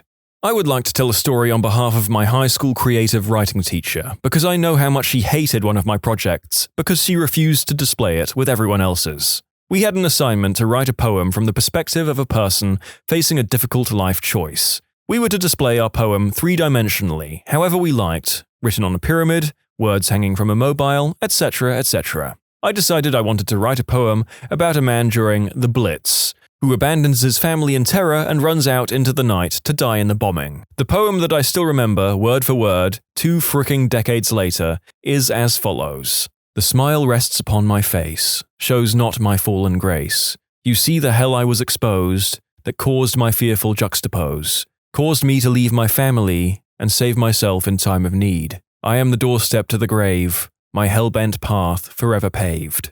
I then took this clearly deranged poem and scribbled it in black marker in concentric circles around a very realistic plastic skull I had brought in for the occasion. I gave this crime against nature to my very nice, very liberal creative art teacher who wondered why she had chosen to create this assignment in the first place. She gave me an A and refused to display it with the rest of the normal class projects, clearly the best decision for everyone involved. One of my kids was from Mexico and wrote about watching his neighbors get gunned down by the cartel. Because he and his dad had seen it, they told the police and offered to try to help. While they were talking with the police, they let them into the crime scene, and he wrote about his shoes turning red because they got wet with so much blood. It absolutely broke my heart. He was 11 and said that that was the reason his family came to America. All of these remind me of the time when my little brother wrote a story about our cat that got squished by a door. The teacher contacted my mum saying that she was worried if the story was true. We don't have a cat.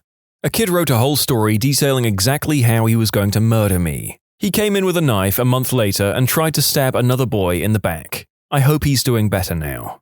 When I was in high school, I wrote a hypothetical story about a drowning person. Every detail was written so that it would imply an incoming rescue. The essay continuously was hopeful about the fate of the person. I prolonged the narrative till the end. In the last sentence, I write something along the lines of, "The person is just drowning and slipping to the end of the sea, where they would never be found."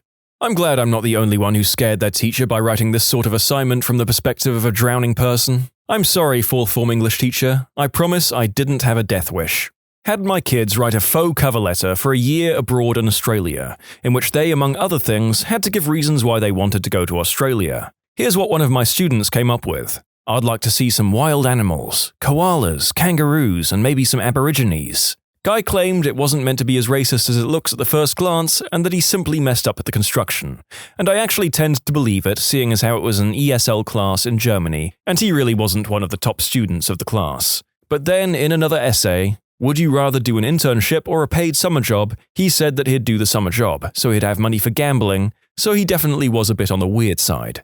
I remember for my English class, we had a project that we were supposed to do over the entire year and turn it in at the end. I had the idea to write a series of horror story vignettes for mine. I did not hold back with the language or graphic violence. I wrote a story about a guy who is very depressed and tries to kill himself, but is saved by a beautiful woman and they get married and have kids. And then one day they're at a mall and a gunman fatally shoots his family in front of him.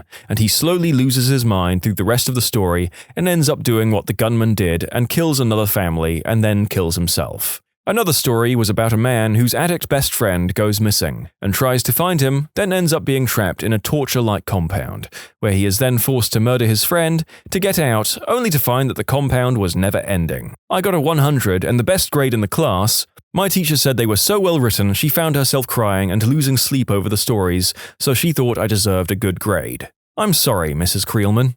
Had a student submit a paper about growing up with an addict teen brother. He had the room next to her, and sometimes when getting clean, the parents would lock him in his room, and he would have raging withdrawals. She was very young, so I imagine there was a lot of medical care and therapy going on that she didn't know about. She just remembered that her brother was screaming and crying in the next room, and she would sit in her closet all night long, terrified he was going to break through the wall and get her. It was such a heart-rending story, and it made me view what families go through in such a different light.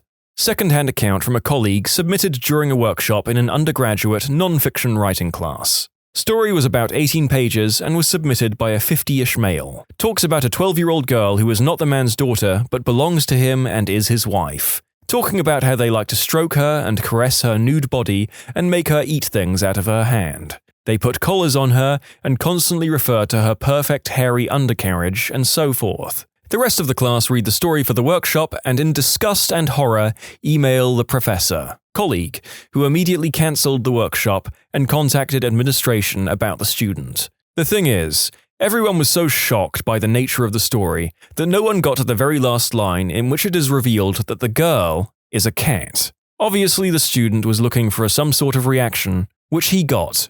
Abuse, abuse, and more abuse. Assigning anything that asks them to reflect on something personal or write something creative has a high chance of yielding stories about abuse. These stories very likely reflect real experiences. Many a visit are paid to the guidance counselors and school therapists. If you don't work with kids, you might be shocked to learn just how many people are abused in some fashion. If you add in how many kids aren't abused but just have a bad upbringing, it gets really, really depressing. Yes, I thought there would be a lot more funny stories in this topic, but it turns out the key word was disturbing, so here are some stories that shocked me. I hope we all have our eyes opened a little. Now, let's at least throw some levity in here with this next one. Someone wrote a fan fiction of her and Kermit the Frog, and I've not been the same since. Students were annotating old news articles about a very famous axe murderer from the late 1800s. One student includes an annotation about how the article reminded her of her father. She helpfully included his name for me to Google, and yep, that's how I found out my student's dad is literally an axe murderer. Second place goes to a student who wrote from the point of view of the Zodiac Killer for a creative writing assignment. It was incredibly well written. If it hadn't been, it honestly might not have been so disturbing. But being in the killer's head as he ties up and stabs young couples to death? No thanks. Oh, and last week someone submitted a horror story in creative writing. I swear to God, she could be a writer for the Saw movies. The deaths were graphic and gruesome and creative. I had to take breaks while reading it because I'm pretty squeamish. It might get buried, but I need to chime in, mostly in the hopes that this student finds my comment and knows how much his story stuck with me. The first assignment of the semester was to write about life at the university through a sociological lens. This guy who was social, well-liked, in a frat turned in this shocking story. He was writing about how hard his life was, how he had to scrounge for meals from the trash while seeing all the other students eat happily in the dining halls. He described how he'd seen his friends struck by cars on the winding mountain roads on campus. I was so taken back, and I kept reading anxiously to see if the story would take a turn. A squirrel. The kid was writing from the perspective of a squirrel. This kid was a genius. I told him later how impressed I was, and he shrugs in a very bro way, stating, "That's the worst thing I've ever written. If you see this, Matt, that's still my favorite paper by a student." Not an English teacher, but when I was in junior college, I was a TA for a psych instructor, and I read and graded essays. There was an assignment for students to create an experiment where they trained themselves to create a habit by rewarding themselves after the task. Think Pavlov. One male student wrote about his experiment. He chose to train himself to jerk it more often, and his reward was more jerking. And he wrote about it in detail. Very sustainable system, but so weird to submit to your instructor. I have my high school students write a defining moment memoir about a moment where their lives changed in a significant way. I generally see some stories about childhood abuse and things of that nature where I make sure our social work team is aware of their claims. They're getting support, and that's basically it. However, I did once get a story about the first time a girl in my class had smoked Mary J. Except the whole thing was written with the substance anthropomorphized as a beautiful woman named Mary that she met and took on a beautiful all-night date. This thing was about 3 pages long and graphic. We're talking full anatomical descriptions of lesbian fun times as an analogy for the experience of getting lit for the first time. It just kept going, and it was extremely well written to the point that I was really uncomfortable reading it and had to put it away. The worst part is, she was super excited for me to read it and came in the next day asking about it. "Did you like it? I'm super proud." And I had to basically say, "Yeah, it's super well written, but honestly, I just can't be reading something like that written by one of my students." As someone whose childhood was mundane and drama-free, the idea of having to write a memoir about a defining moment of my life to that point would send me into a blind panic of, what the frick do I possibly write about? Even now, as an adult, I would struggle to pick any one moment that changed my life. I'm right there with you, commenter. Even at the age of 30, I'm not entirely sure I could pinpoint any single defining moment. I like to think that they happen on a day-to-day basis. I like the next commenter's approach to the problem. Freshman year of college, I took a class called Interpersonal Communication. One of the projects was that we had to make a presentation introducing ourselves to the class and talk about the moments in our lives that we found significant and/or were proud of. The bulk of my presentation was about the fact that I was 19 and from a middle-class family in the suburbs of nowhere, and aside from not failing at life up to that point, I didn't really have any major achievements I was proud of. My teacher was annoyed, but I fulfilled all of the requirements, so I think I got like a B. Really though, I would have felt like a jackass standing in front of a group of people talking about basic life crap as if they were accomplishments, right after an older, non-traditional student had presented an entirety of their life, having children, grandchildren, etc. That person had decades more experience and actual life accomplishments to talk about. I was just some dumb kid. I'm still a dumb kid even though I'm 26, but that's life. Basically a manifesto about how the student felt ostracized from the school and how he wanted revenge. This was a community college. He was a freshman. Over the semester, I could tell he struggled, yet he was also insanely talented. Some of the other students in class bullied him in my presence, and let's just say I didn't tolerate that at all. I spent extra time talking to him and trying to help him one-on-one. One day he turns in an assignment talking about his desire to exact revenge for his marginalization. He was triggered when everyone on his floor conspired to trick him to go outside at night and in the middle of winter, and then they locked him out of the dorm. Buttholes. I spoke with him immediately about it, and he assured me it was just hyperbole. Regardless, I did have to notify my supervisor. I also spoke with his RA, but the RA couldn't care less. The student ended up dropping out shortly after this. We stayed in touch for a bit, but after a while I don't know what happened to him. He was probably the smartest student I had in that class, yet he couldn't make it because of his own personal problems and torment from other students. Ugh. I was working with a small group of Year 7 students, and we did this exercise where the kids have to create a story using a randomly assigned setting, character, and theme. So this one boy ends up with a war zone, a princess, and unrequited love. He proceeded to turn these innocuous prompts into a hilariously messed up story.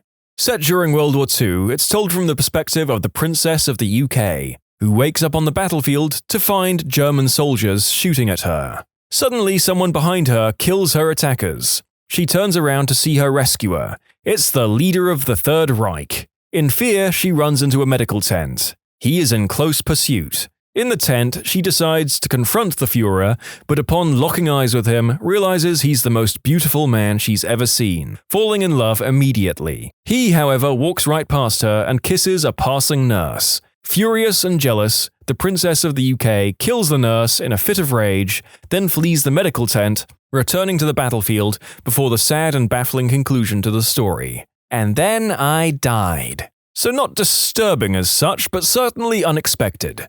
I teach, but not English. I had to once write up a middle school student, I don't remember for what, but it was serious since I hate writing up, and they turned in their assignment for that day with none of it done. In its place was a half-page description of all the things their dad would do to them if he found out they were written up again. It started pretty mild, say, take the phone away, to more serious things like no food or water. By the time I saw it, they were already out the door, so I hopped over to the counselor and let them have a copy of it. Not sure what happened after that since it was out of my hands, and I'm not sure if it was true or not. They tended to be overdramatic and stretch the truth in class, but I took it very seriously. I've definitely been more purposeful and welcoming in my interactions with them from here on out. Got to make sure that the classroom is a safe and good place for them.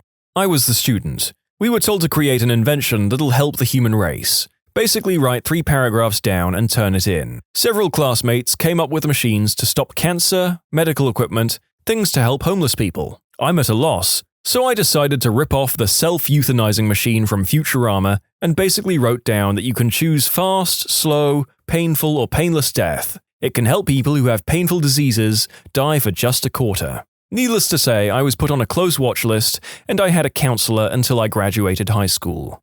We have middle schoolers put together a portfolio at the end of the year for all of their reading logs, and the essay they are most proud of, and a revision of their essay that they think they could improve the most. It's a big culmination project that involves a letter at the beginning to the grader where they need to explain what they've learned and how their habits have changed, and stuff like that. Easily some of the funniest crap I've ever read in those letters, and I still have pictures of my favorite intros, but the most disturbing one was about a boy who explained in detail that he broke his habit of not doing his reading by reading while he poops. I've been given some pretty gruesome horror story stuff, but it's usually based on crap the students have watched. This week alone, I've read 2 Red Dead Redemption 2 ripoffs, so I'd settle for anything original. Not a teacher, but when I was in 9th grade, a kid in my class wrote a story about a student planting bombs around the school, and a group of students teaming up to defuse the bombs and catch him. It was pretty cool, but it lost its luster when the kid made a bomb threat to the school a week later. Maybe not exactly what you were looking for, but I'm an ESL teacher. One class we were talking about different holidays and how we celebrate them. This one student was trying to explain Mother's Day, but didn't know the exact name of it. When I asked him to explain the holiday so I could tell him the name we use, he said, "It's the day where I pleasure my mother." What things do guys do to impress girls that make them cringe? This might just be me, but talking about how much you work out. Sometimes it's not even subtle. In the middle of a conversation about Harold and Kumar, please don't shout, "And I can bench press like 130 pounds. I just thought you should know." Also, sending a friend over to talk to me for you. I thought that sort of thing would stop well after high school. I'm amazed how many guys my age still do this. Shyness can be sweet, but really? I'm not going to eat you. Also, please don't tell me that, for a girl, I'm actually really cool. Oh, and guys, I know that's not a lot of weight. That's just a random example. I have no idea if the last guy who said that actually said 130 pounds or not. I'm exaggerating. Sheesh.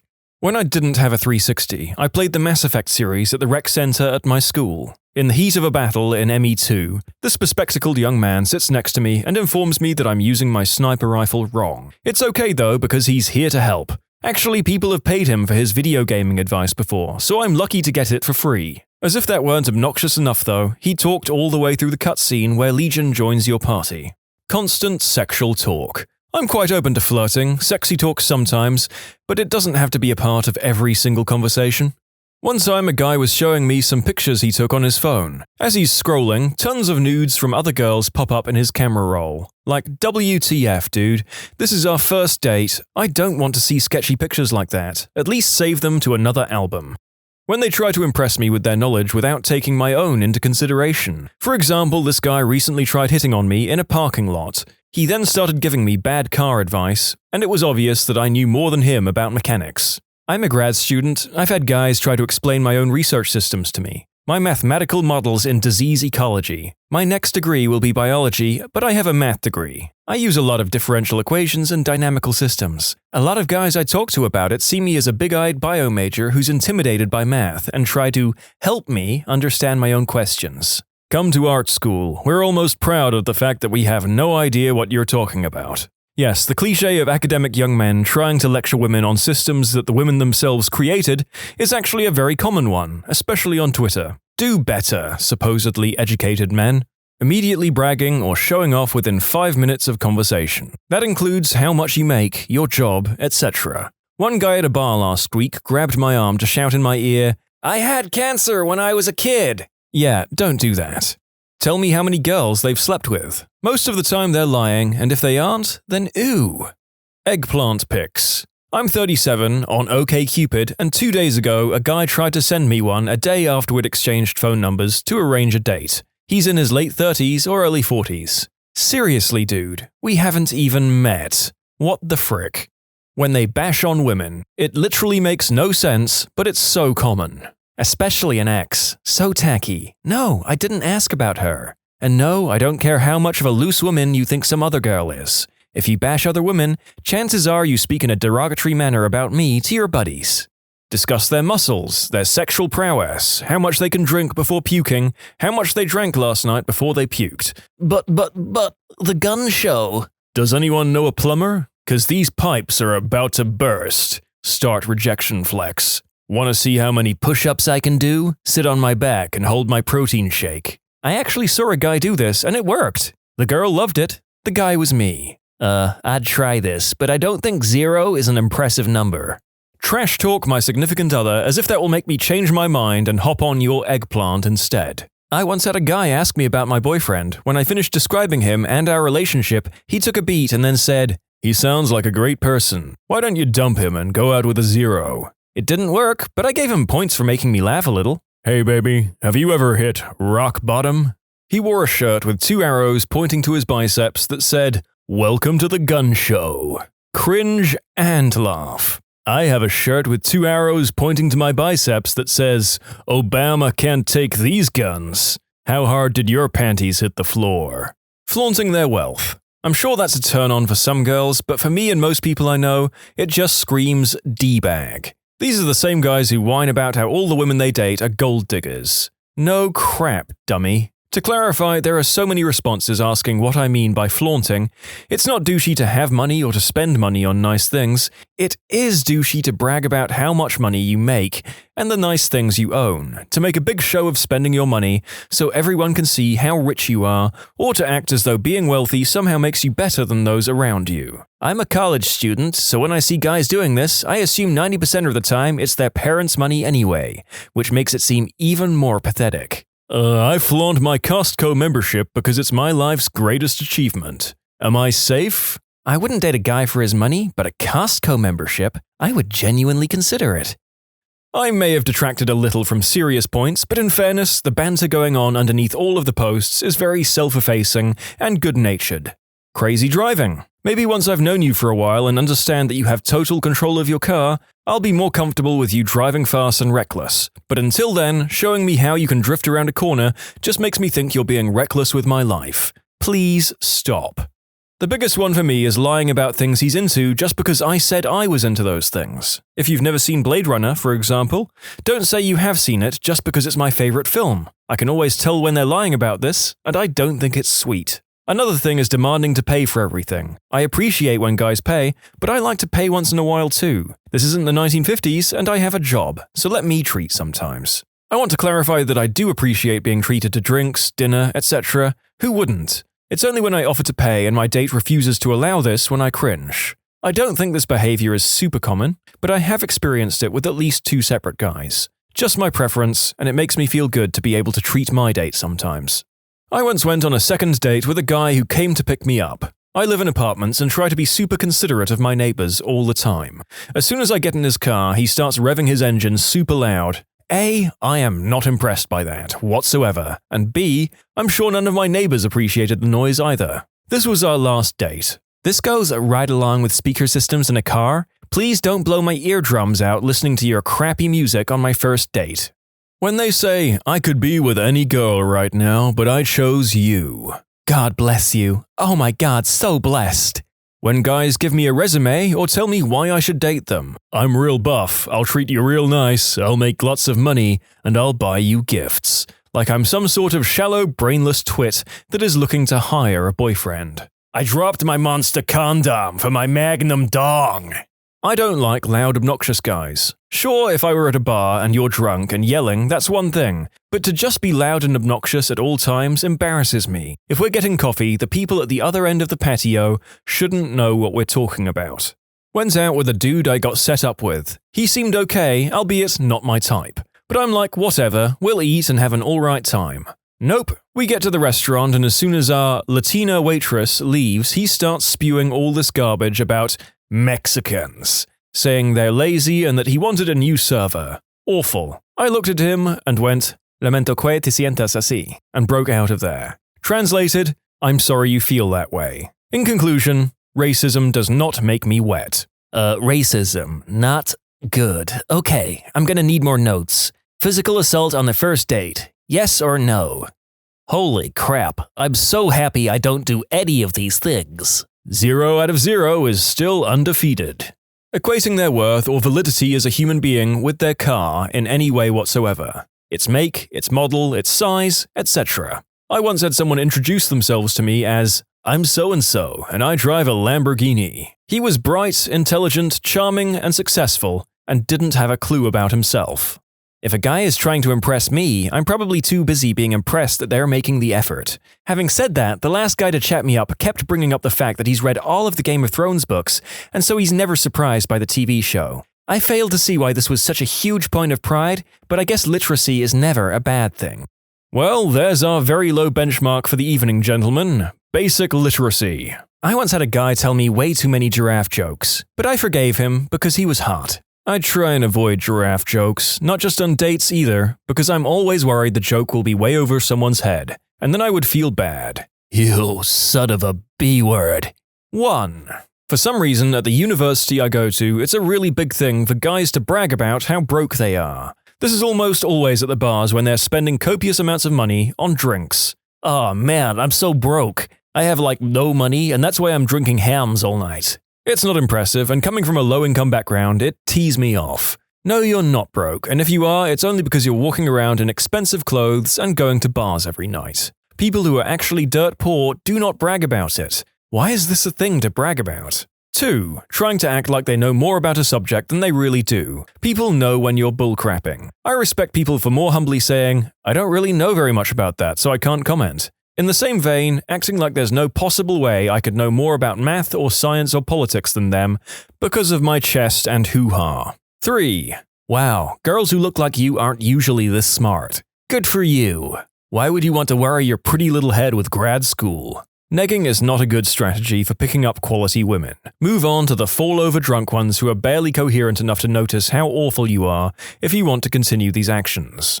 Pictures of your junk. You're gross. Thank you. Unless I ask for one, I don't want your junk in my inbox. I think some men love their eggplants and want to show it off as if we give a crap. I love my member, but I love pooping too, and nobody sends vines of that. The whole, but I'm a nice guy act. If you were really a nice guy, you wouldn't have to tell that. There was this guy at my college for a semester that would lift his shirt and show girls his third nipple. We all thought he had Asperger's, so it was really painful to watch. Was his name Andrew? My friend likes to do that at the bar, and the guy with the glass eye always one-ups him and takes his eye out. I seriously want to hang out at this bar. Constantly call me sexy, beautiful, etc. when we've just met. Example: hey, what's up? I think you're sexy as hell. We should hang out. It makes me feel like a piece of meat and it makes you look shallow. Follow me around the gym and strategically place yourself where I can see you lift. I'm busy, bro. Also, to the guy who found it necessary to do one-armed rows at the foot of my bench with 100-pound dumbbells, you drop it on my foot and I will end you. Not impressive, annoying as frick. Try to sound too intelligent in conversations or text by throwing an excess amount of uncommonly used words. Usually this happens discussing things I like, as if they're trying to one-up me on their knowledge of the topic or impress me with the fact that they like it too. Keyword here is excess. Large vocabularies are nice, genuine intelligence is obvious, but we can all spot those compensating, arrogant ones. Picking up a guitar during a party and playing Wonderwall. FYI, I'm not a girl, but I cringe when guys think that would actually impress a girl. Guys who say they're musicians or guitarists who oh so casually bring their guitars and play some annoying crap not very well. That drove me nuts in college and high school. I remember being really impressed when I started dating a guy who had never mentioned he was a guitarist until months in, and then when he played it, it wasn't to show off, and he was also really good. I married that guy. When I'm at a party and a guitar comes out, it's no longer even up for debate whether this is cringe to do. In fact, for most of my friends and I, there's a very clear eye roll that goes around that room. As a woman of circa 30 with a big chest, I've seen a lot of these. Some of the things that guys think will impress me are truly bizarre, and I can only assume they're ideas they found in some Mars or Venus bullcrap and legitimized by women who act like impressionable idiots as part of their flirting strategy. General alpha behaviors. Yes, you may be stronger than me, but wrenching things out of my hands because let man do the job, or telling me what I think or should think is not something that will get you under my skirt. Following up on that, aggression and hostility towards others, especially other men. You think I need protection? Okay, fine. You think you need to pound your chest and bare your teeth at every passing male? I'm out. Bad-mouthing other women. You may think that telling me about that one chick who was so ugly and fat will be hilarious, and will suggest to me that I'm not ugly and fat and we can laugh at her together, right? All it suggests is that you're an abrasive butthole. Also, sexism. Yes, there are men who think that dropping remarks like, women should not be allowed to drive, will make me feel so awesome that despite their hatred for all that is female, they will stoop to interacting with me, or something, dunno. Bragging. If you're out doing cool stuff, I will want to hear about it, but cool stuff does not become cooler when you adopt a condescending, braggart tone. I have a friend who travels a lot, and he can always tell you what he saw and why he did think that particular spot was interesting, and he tells you how cool these places were, not how cool he is for having gone there. Whether you're skydiving or playing League of Legends, tell me how great that activity is, not how great you are. Speaking of negative behavior as if it were good, the fact that you got blackout drunk or do drugs or have beaten someone, have hurt someone, slept with a girl and never returned her calls, broken the law while driving, is not a good thing. Quit behaving as if it was a good thing. I can go on like this, but I think I'll stop. One-upping traditionally male interests. So, what did you get up to this weekend? Me. Nothing much, some video games, hanging out with my cat. What games do you play? RPGs mostly. I was playing Skyrim. RPGs are so lame, but I love gaming. I was playing COD with my buddies the other day, and it was sick. This is very annoying, but also just one-upping in general makes me angry. I went on a date with a guy who literally after I said anything, he stated how he was better, or that doesn't beat what happened to him type of thing. You think making me feel inferior is impressive, pal? It's not. At the end of the date, I said I'd say goodbye, but you probably do that better too. He laughed and asked when we could meet again. We never met again. Went on one date with a guy. He'd been an extra in some movie where he'd actually had a line addressed to the main character. Now, don't get me wrong, that's neat and we're seeing the movie after dinner for just that 15-second part. But the guy seriously couldn't talk about anything else unless it was how famous he is now or the autographs he thought he'd be signing after we watched it. He spent the entire meal talking about himself and this 2 days of his life. I only felt a little bad when we watched the movie and his scene had been cut. Tell me they're in the army or a marine. Automatic turn-off. On the other hand, if they don't tell me and it comes up in conversation later, it's not a turn-off. I'm just used to the type that within 5 seconds of meeting them, you know what branch they are in, and so on.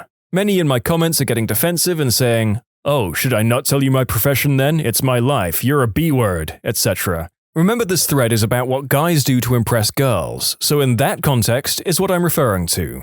I can tell the difference if they're doing it to impress me or not, don't worry. Hey girl, I've spent 4 years dodging bullets for your freedom. Navy radar operator. Milady? Ah, how fedorable. And now, just a quick intermission of comments from men reading the thread for advice. I solve all of these problems by not being able to talk to women in the first place. I'm perfect. Sounds like I just need to get over the whole approach anxiety and I should be set for a good time, judging from the stupid crap my competitors are pulling. Holy moly. Oh my god, the stories in this thread are making me sound amazing. Hello, ladies. Quick, guys, take down notes of everything not to do. I really hate it when the guy is spending a minute looking at his notepad in between every sentence he says. Walking up to a girl who is just relaxing and telling her to smile. Get the frick out of here. It's not cute or endearing. I don't really want to be with a man who's already correcting me and we aren't even acquaintances. Sod right off. Trying to be classy when it's time for adult fun times. It's just creepy. True story, my now husband and I were getting busy in the shower. He was giving me some finger action, and after checking out the goods, he blurted out, "You're really starting to blossom." The muffin shop immediately closed its doors until further notice over that little chestnut. I really wasn't into screwing with my creepy uncle that night. Lately, the moron fest for me has been online dating. People with zero social skills. If I message someone, I damn well read their profile first. I try to find some common ground, ask profile-based questions. That seems like basic interaction 101. But so much, "You're really hot," one-liners. Boring. Or asking the random, pointless or ridiculous questions like, "What's your favorite color?" Well, that's a freaking essential starting point for a relationship, isn't it? If I say orange, we obviously can't go further. Or worse still, a really cringy attempt to be all random lols, questions about what we would do together in space with a unicorn and a cheese sandwich or something. Just no. WTF. Okay, this isn't that common, but I just have to throw it out there. What in the frick is up with guys lifting their shirts casually to show their stomachs, usually while licking their lips? I don't care if you have six-pack abs, that just makes you look stupid. Not to mention, it's usually done by guys that don't really have a great pack of abs. Just stop. Number 1. Negging. They assume that not only will it work, but that somehow I don't read books or use the internet enough to know why they're insulting me. It never makes you look good. It makes you look like a pretentious, misogynistic d-bag who gets dating advice from online forums, which assume women are inherently predictable and easy to target. Number 2. Telling me women who are as smart as me don't usually look like I do. Maybe women in graduate school aren't there as decorations. Number 3. Complaining about how crazy your ex or all of your exes were. Bad-mouthing your ex makes me think you have a poor choice in women and will also probably bad-mouth me when I'm not around. Maybe all of your exes are crazy, but the common denominator is you. Number 4. Continuously trying to make physical contact when I'm openly uncomfortable. I went out with a guy and we were supposed to meet a bunch of people for a law school dinner, and at the last minute he just asked me to go to dinner alone. Whatever, I went. All dinner long, he kept trying to get me to drink more, complained about his exes, and kept trying to play footsie with me until I was in a contorted position to avoid his feet. It was awful. Which reminds me, Number 5. Do not pressure me to drink more. That's not only disrespectful, it comes off really creepy. What have you witnessed someone do that made you realize he or she is really, really smart? My wife's grandfather. He's a retired electrical engineer with a dozen patents to his name and a long list of recognitions I can't be bothered to remember or name. I always knew he was brilliant, but never realized just how, until one day last year when we were visiting and he got a phone call. Keep in mind, he's been retired for 20 years and is 86 years old. The phone call was from an electrical engineering firm from halfway across the globe, asking if they could fly him out to a site and have him consult on the energy capture of a hydroelectric dam they were building. They'd run into the problem that none of them, all electrical engineers, could solve. They had consulted 3 of the top-related university departments in the US on the issue, and the last one had referred them to him. 20 minutes on the phone and he agreed to think about it. 2 days later, he had solved their issue and written the solution on a single 8x11 sheet of paper, which he scanned and emailed to the company. He said he took so long to write it up because he didn't want to have to fly all the way there at his age. His explanation was so clear I was able to understand it and follow it with no relevant higher education. I spent a year trying to track down an intermittent issue on my car. An older gentleman on the forum had suggested a likely cause, but I disregarded it as the parts had been replaced. Sure enough, he was right, and I managed to follow from that to find the other half of the problem. I'd had a mechanic look at it, I'd spent hours tearing my hair out trying to fix it. Nothing worked prior to that. Respect your elders, folks. One time, my drunk uncle was in jail and needed bail money. And being that my dad was the only one in the family with any real savings, they all looked to him to fork up 100% of the cash. Having been asked, he realized this situation had 2 possible outcomes. 1, pay for his bail and never get the money back. 2, not pay for the bail and have the whole family blame him for it. So my dad decided to throw them a curveball. He told them that whatever the rest of the family raised for the bail, he'd not only match it, he'd offer double what they'd raised together. Nobody offered 1 cent. Blame averted. I'm quite amused by how funny everyone else has found this. I'm going to tell my dad about this later. He'll think it's hilarious too. Depending on how high the bail was, I do understand this, and what a great way to avoid sanctimonious judgment from the other family cheapskates. Sorry, drunk brother. Have a fun night in the clinker. My husband and I aren't sophisticated. At night we wind down by watching Family Guy, etc. Although it's worthy to note, he watches shows about how anything is made or done, etc. He drinks a beer at night after work and loves his old favourite shirt, this flannel with holes in it. Anyway, we're at my in-laws' place where everyone we're possibly connected to are there. A quiz show comes on, and it seems like a good idea to do trivia in partners. I say yes, knowing that we're up against professors, doctors, and hospital directors, and we're going down. Not only did my husband answer all the questions first and correct, he beat everyone. It all came to an end when he chugged his beer and burped really loud. My husband is successful in his field, especially with numbers and measurement types of things, but I never realized how much information he retains. I just kind of thought he was smart about the industry he worked in. My old roommate George is one of my best friends. He's one of the dumbest people I've ever met. We both ordered Chinese food one night and got the same thing, General Tso's chicken combo with pork fried rice and an egg roll. We both got Cokes, we were both walking back from the takeout place, getting a little giddy about eating our food back at our place. We sit at the table and he opens the bag. His face grows stern as his brow furrows. Which one is mine? What? Like, which meal? He continued as he looked up at me. Bro, we got the same food, whichever one you want. I know, but like, which one is mine? The conversation went on for about 5 more minutes before I just took my meal and we watched Adventure Time. Oh no, frick, I misread the title. I'm going to leave my post here anyway. Here's my other George story. George always tries to give something up for Lent because God is always watching. He told me once after he took a hit from his bowl. One year it was beer, another it was only skipping class once a week instead of 3 times. He lasted maybe 3 days on that one. One year he gave up KFC. We lived about a block away from a KFC/Taco Bell, which he frequented about as much as he got high. Anyway, no KFC for 40 days or God will smite him. Bro, I want to do it to prove myself, you know? So I gave up whiskey and vodka to make it a team effort. We're in it together, type of deal. The next day I come home after class and see him laying on the couch like Kate Winslet in Titanic, with his shirt off, gouging into a box of fricking Popeye's fried chicken from a block the other direction. He saw how disappointed I was. But I'm still good, dude. It's Popeye's, see? He said, wiping the grease from his face with his sock. I had a teacher in high school that using both hands could write a sentence starting from the beginning and end simultaneously. He even split the middle word of the sentence. He also spoke around 5 languages. What the frick? A witch! Obviously. Older brother always was terrible at school. I remember him straight up asking why he needed to graduate high school and then again in college. He accepted a low-level job after graduation in marketing that ultimately fell apart due to the company executives screwing up big time. During all of it, he was somehow able to keep a small client, and within 7 months of working, was promoted to their executive marketing director, making 6 figures. Now he has multiple clients on the side and is always scheming something up. Dude is as hard-headed as they come, but nonetheless a darn marketing genius.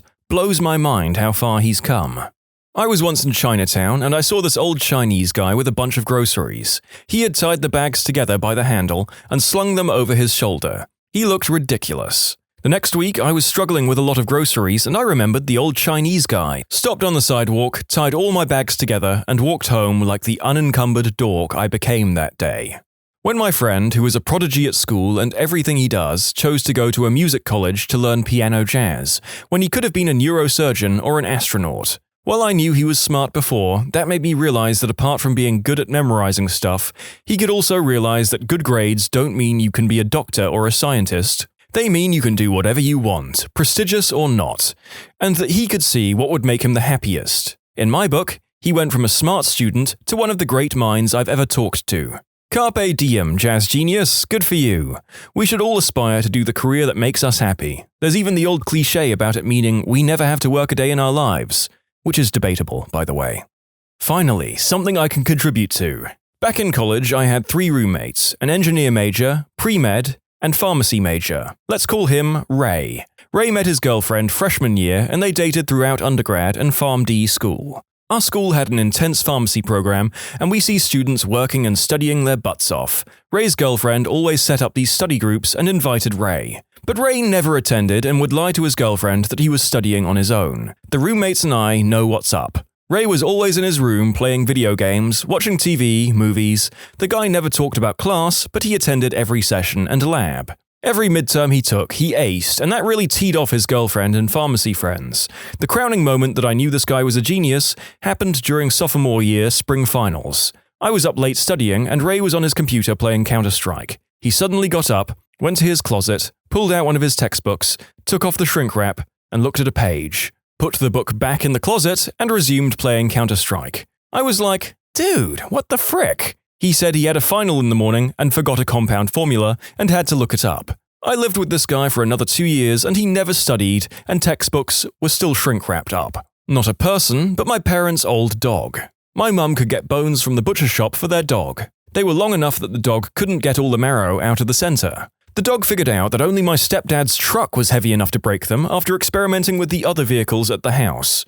There was usually a bone in the same spot in the driveway every time I went home. This reminds me of crows dropping nuts on crosswalks. Or the guy who created a machine that would dispense a peanut when a coin was put in and trained the crows to do so. The crows left and bought him a crap ton of loose change.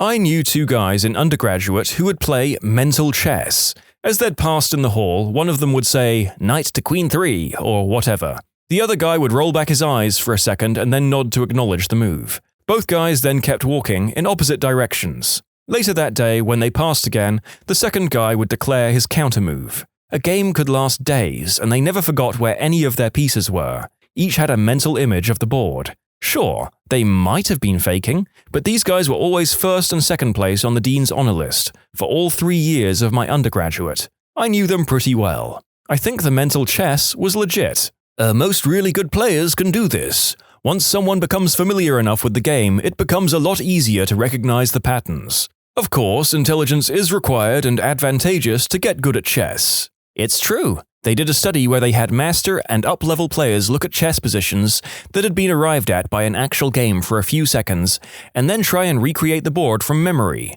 They all did phenomenally well, and for the most part could always recreate the board. Then they did the same thing with non-chess players, and they weren't nearly as good. Then they did the same thing with randomly generated board positions that hadn't been arrived at by a game. The masters were still better at recreation, but the gap had significantly narrowed, and they no longer recreated them with 100% accuracy. I was at my desk waiting to make a purchase over the phone, and I mentioned to a coworker that I always have to pull my credit card out. I should have this number memorized by now. Another coworker overheard that and said, "I know your Visa number," and spit it right out. After I got off the phone, I asked him, "What the frick?" He said he heard me say it a couple of weeks earlier. Numbers just stick with him that way. I always knew he was a very bright guy, but that took it up a notch. I'd ask him very politely not to ruin your life. I envy people with this sort of eidetic memory so much. I would never forget my many passwords again. Small ambitions, people. Sitting in a best friend's apartment on the East Coast in the mid-1980s. He's working on some code on a prototype Unix workstation that MIPS had given him. He runs his program and it produces an answer, then runs it again and produces a different answer, thinks about it for a minute and pronounces, "The CPU is broken." Right, the CPU is broken. Never heard that one before. Has it occurred to you that… Yes, it had occurred to him. Went through 3 or 4 scenarios, then he pulled out the machine-level debugger and started stepping through the code. Look, right there. The flags weren't updated right in this instruction. Yeah, whatever. He sends an email on the brand new internet to MIPS. Gets a response the next day. "Oh, you have that CPU. We verified your issue. We will put a replacement in the mail promptly." His CPU was broken. 30 minutes from diagnosis to request to repair. For the layman, coding and debugging can be quite complex, seeing as the process is essentially many different moving components working at the same time.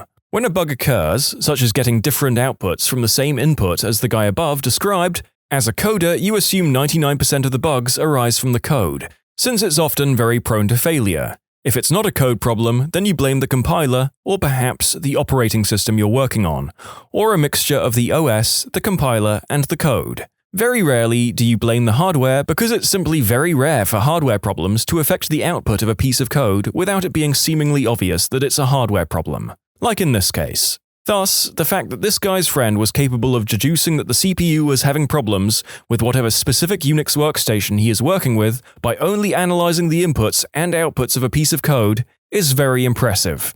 When you sit down for a meeting for work where you're trying to solve a big problem and someone can say, "That's the wrong question, you need to be asking…"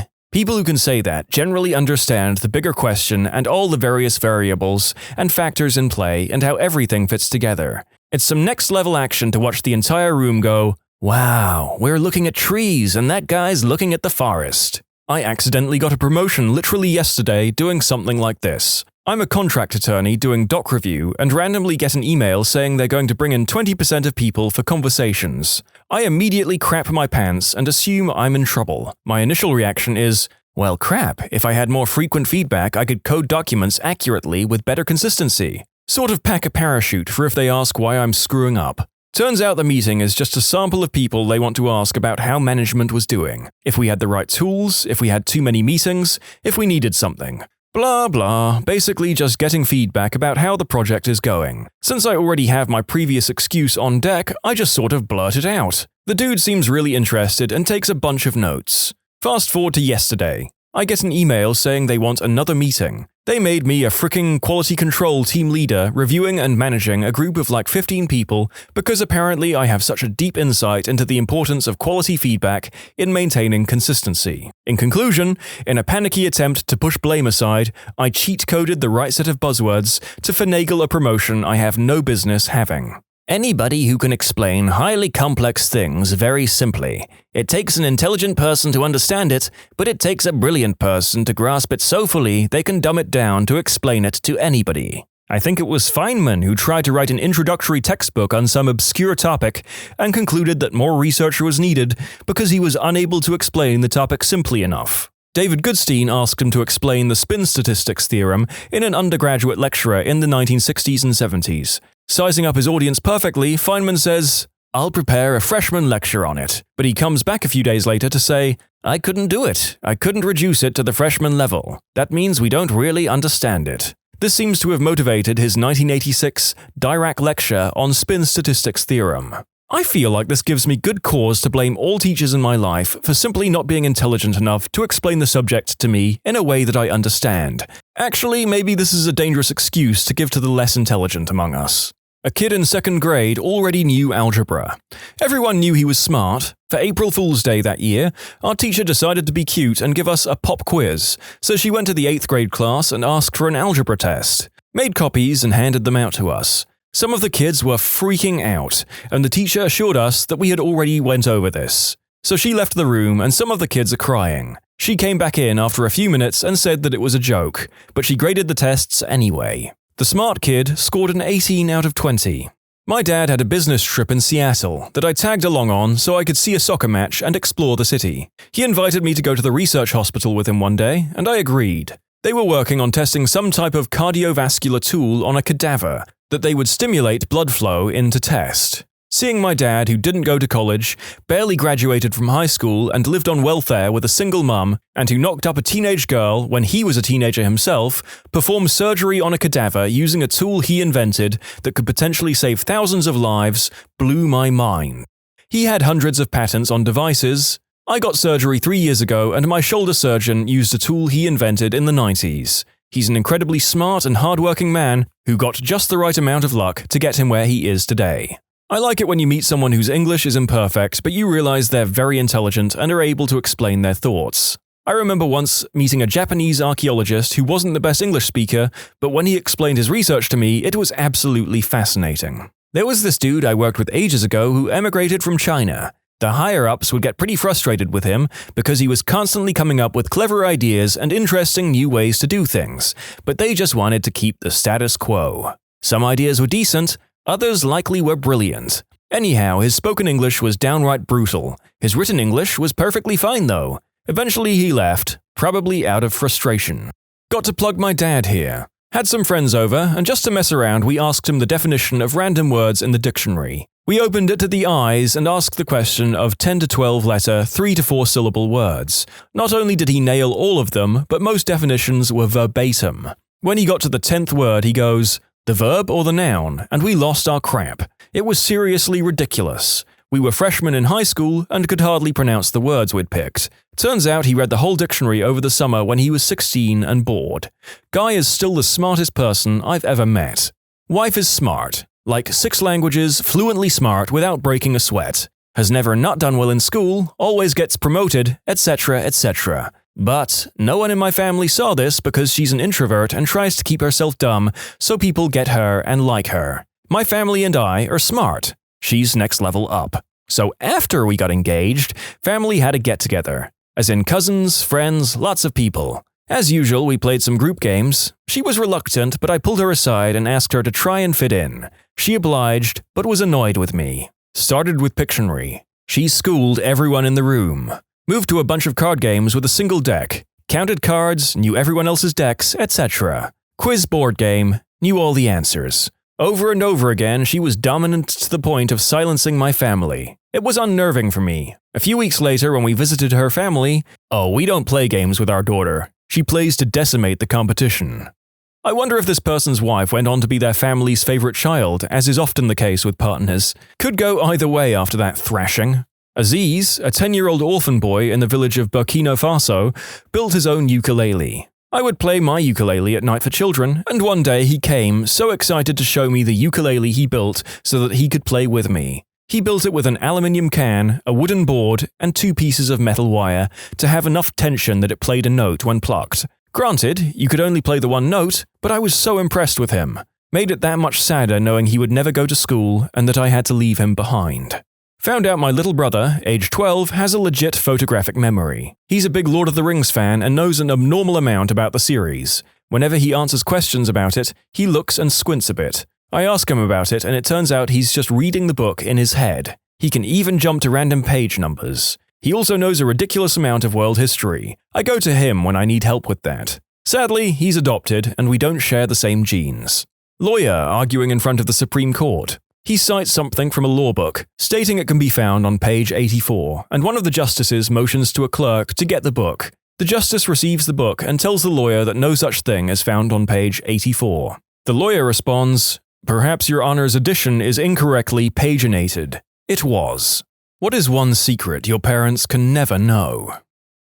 I was brought up in a pretty religious home. My family had me in theatre, choir, youth group, and all kinds of other extracurricular activities to keep me out of trouble, so they trusted me pretty well. One night, I was about 15, my boyfriend at the time had come over to watch movies. The stipulation was that we could lay on the bed and watch the movie, but the door had to be open. After a while, my mum came in to check on us and everything was fine, so she thanked my boyfriend for being a gentleman and shut the door on her way out. Immediately, as if the door shut had triggered some teenage hormone overload, we started making out and fooling around. He slid his hand up my shirt for a bit, but finally having some privacy, I soon directed his hand to my nether bits. Yay, first, not self-stimulated, climax. We never got caught, which was considered a major triumph, and we found ways after that to hook up without my parents knowing. It wasn't until a few months later at my youth's purity ball, yes, we signed pledges and wore rings to signify our abstinence for God and marriage,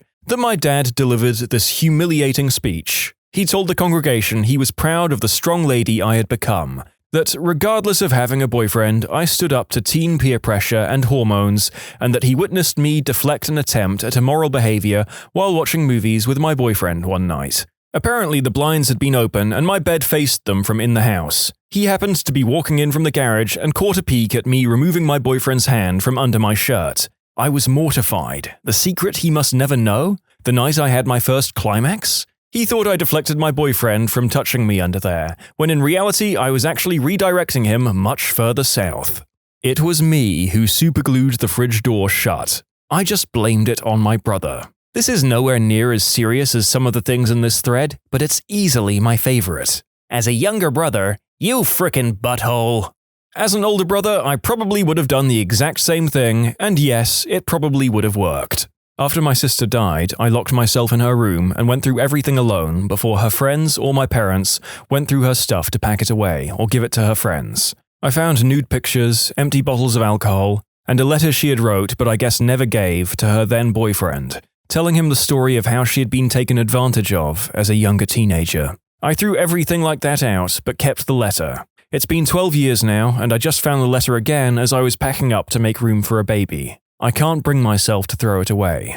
Well, good on you for being that filter. I shudder to think about people going through my crap after I die and finding all my skeletons. Is there an official term for this? Should this be a thing? I need to designate someone to do this, otherwise I'll ruin a lot of memories of me. A lot of people have suggested skin flick buddy. I'd get punched in the face if I went to my best friend and said, "Larry, we've known each other for a long darn time. Let's be skin flick buddies." Surely we can come up with a better term that requires little to no explanation. I suggest the term Halo Maker, because they make sure you're remembered as an angel. I was about 10 and my dad had just painted the boiler room door orange in our basement. My younger brother and I were pushing each other around on a skateboard in the basement and my dad warned us, "Don't you dare hit this door with your skateboard." 15 minutes later and I'm picking my brother up from the ground and looking at a hole in my dad's orange door caused by said skateboard. Definitely not telling Dad. Instead, I grab a piece of orange construction paper and a glue stick to patch the hole. It matched surprisingly well. 27 years later, that construction paper is still holding strong,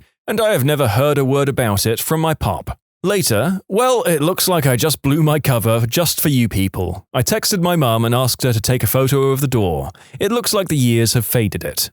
This happened in my freshman year of high school. One of my friends got a hold of some green herb, and I haven't tried it before, so we have the stupid idea to smoke it. He came along with some other friends of mine.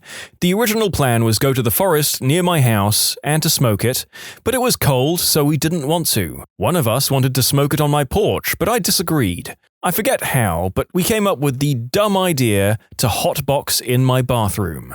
Keep in mind, my parents were going to be home from work in an hour, and if they found out, my life would be over. We quickly made a crappy bong out of a Gatorade bottle, then removed everything from my bathroom. We lit up the herb and smoked for like 10 minutes. Once we were done, we quickly cleaned the stuff up and emptied a whole Axe bottle in the bathroom. My friends, being high as F, left. I went back upstairs to check the bathroom and it smelled like flat-out Mary J.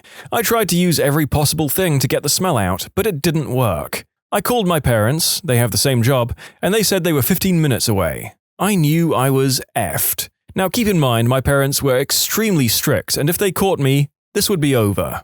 This is when I thought the dumbest thing any sane human would think. Burn my bathroom down. So I ended up lighting some towels on fire and trying my hardest to burn the sink area. It ended up catching on fire, but it was slow. I quickly called 911 and 3 minutes later I see fire trucks outside of my house. They took care of the fire and my parents came home shocked. Half of my bathroom was charred and the door knocked down. Fire department said it was probably an electrical current from the outlet that burned a towel. I stayed up that night thinking about how dumb I was and what I just did. To this day, my parents don't know. When you guys went to Hawaii, I put Milo, the cat, down. He was sick, in incredible pain, couldn't eat or drink, couldn't even move to get to the litter box. When you left on vacation, he was too weak to even yowl in pain anymore. I couldn't stand to see that cat in so much pain and so afraid, so I did the only thing I could do to help him: end his life humanely. My parents were 100% against putting down a pet regardless of how much it's suffering, so they'd go beyond mad if they knew this. Well done, commenter. Letting an animal live on in pain like this is terrible, no matter how much it hurts us to see them go. You did the right thing. One time, I dropped an entire roll of toilet paper into the bowl when trying to change it. I didn't want them to know I ruined an entire roll, so I hid it in my closet, and over the course of a few weeks, I would rip away pieces and throw them away. Since some people seem to be assuming my parents were horrible and I was frightened, that's definitely not the case. I was just a dumb kid that was embarrassed about dropping a whole roll in the toilet. That last story was the most innocent response in this thread, and it reminds me of something I did. Once when I was 7 or so, I was playing before bed and somehow frayed the cord of my bedside lamp. So when my mum came in, I told her, and she said, "Okay, we'll fix it/replace the cord in the morning, just leave it unplugged." I woke up in the middle of the night to go to the bathroom and forgot that my lamp was broken, so I plugged it back in to be able to see where I was going, and a couple of sparks popped out of the frayed section. Terrified, I quickly unplugged it and ran to the bathroom to get a cup of water and then poured it onto the section of the carpet where the sparks had landed. I must have sat there for half an hour, worried that I was going to start a fire, and I wanted to be sure nothing had happened. I remember sleeping terribly that night, anxious that our house was going to burn down, and going over the evacuation plan we learned how to make in school. My sister and I were reading through my mum's old high school yearbook, and we kept seeing everyone's sign saying something along the lines of, "Congrats, you and X are perfect together." X is not our dad, but we'd never heard X's name mentioned before. After a little more digging, we found out she had married X right out of high school, divorced, and then married our father. Neither of us really cared, but it was still a huge shock she hadn't told us now that we're both in our mid-20s. My dad always tells me I was so whipped by my girlfriend back in high school, and the example he always uses is, "That one time she told me to change out of my sweatshirt." What really happened is that she pointed out the huge white stain that she left on my sweatshirt the night before, and I figured I should change it to avoid awkwardness on our day out with my family. Yeah, I gave my ex hand fun times once on the backseat of my mum's car while his mum was driving. He arrived on one of my sweatshirts, and the next day at school I see my mum wearing it. She was a substitute teacher. Huge white stain on the back of it. Didn't know what to do. My dad thinks I lost my virginity earlier than I actually did. He thought he'd walked in on me post-fun times with my girlfriend at the time, but we'd actually just been play fighting, and the moment he walked in was the moment she decided to put the strap from her top back on her shoulder. After that, I found out my dad's told half the family about this, and despite me trying to tell him that I hadn't done anything, he claimed to have believed me, but didn't. So he'll never know when I actually did because he believes a lie. To answer this particular topic, how to use a computer, apparently. Yes, my mother-in-law is the same way. She keeps getting viruses and asking us to fix it, even though we live 19 hours away, or to buy her a new one. She recently started seeing a guy who's a gamer and has suddenly decided she wants us to buy her a gaming PC, even though the most advanced game she plays is Candy Crush. Mother-in-law calls. Help! The antivirus says the file I downloaded is a virus and to delete it. What do I do? You delete it. But how do I make the antivirus pop-up go away? You click the little X. But you said never to touch it. Just close it and delete the file. No, but you said if I touch it, I'll get viruses. I'm just going to get another computer. I'm sorry for hijacking this topic for old people can't use computers thread, but it made me laugh and I'm not sure that these posts are elsewhere. Blame the people who wrote them. That one of my childhood friends and I used to play with each other's willies. It was fun and we liked it. I'm a married, straight guy, but this information would shorten their lifespan undoubtedly. I'm pretty sure the statute of limitations are up on this one, so why not? I was a junior in high school and had some friends into LAN parties who were seniors, but I couldn't really join them because my family was pretty poor and neither of them could afford a computer for me to use at that time. So one day, my older friends give me one of their older PCs, a Pentium 3, with a couple of parts missing, RAM, hard drive, that I could build out for myself. Now, about 15 years later, it's turned out to be a great jumping-off point because now I'm a successful system administrator and love working in the IT field. And I owe it in many ways to that first computer I learned to build back up from scratch and make my own. Only, they didn't give me that computer, we stole it from the high school. Sorry, not sorry. I totaled my first car when I was 16. They knew about that. They came to pick me up and talked to the police officer while I was moving things from my car to theirs. What they didn't know about was the liter of vodka in my trunk, which I quickly and quietly speedwalked to my parents' truck. Neither the cop nor my parents knew a thing. I very nearly crapped my pants. Disclaimer, I did not drink and drive. The trunk was just the only place my parents never checked, and I happened to be a rowdy teenager. I can never tell mine that my number one goal as a parent is to handle relationship issues differently than they did. They went through an extremely messy divorce when I was 8, and my only memory of them together is them screaming at each other, and my sister and I hiding in our rooms. Then it was 10+ years of them talking crap about each other to us, putting us in the middle of all their arguments, and giving us a huge guilt trip whenever they felt like we were spending more time with the other one than with them. It's been 20 years now, and my mum will still talk crap about my dad and stepmom every once in a while, despite me asking her over and over to stop.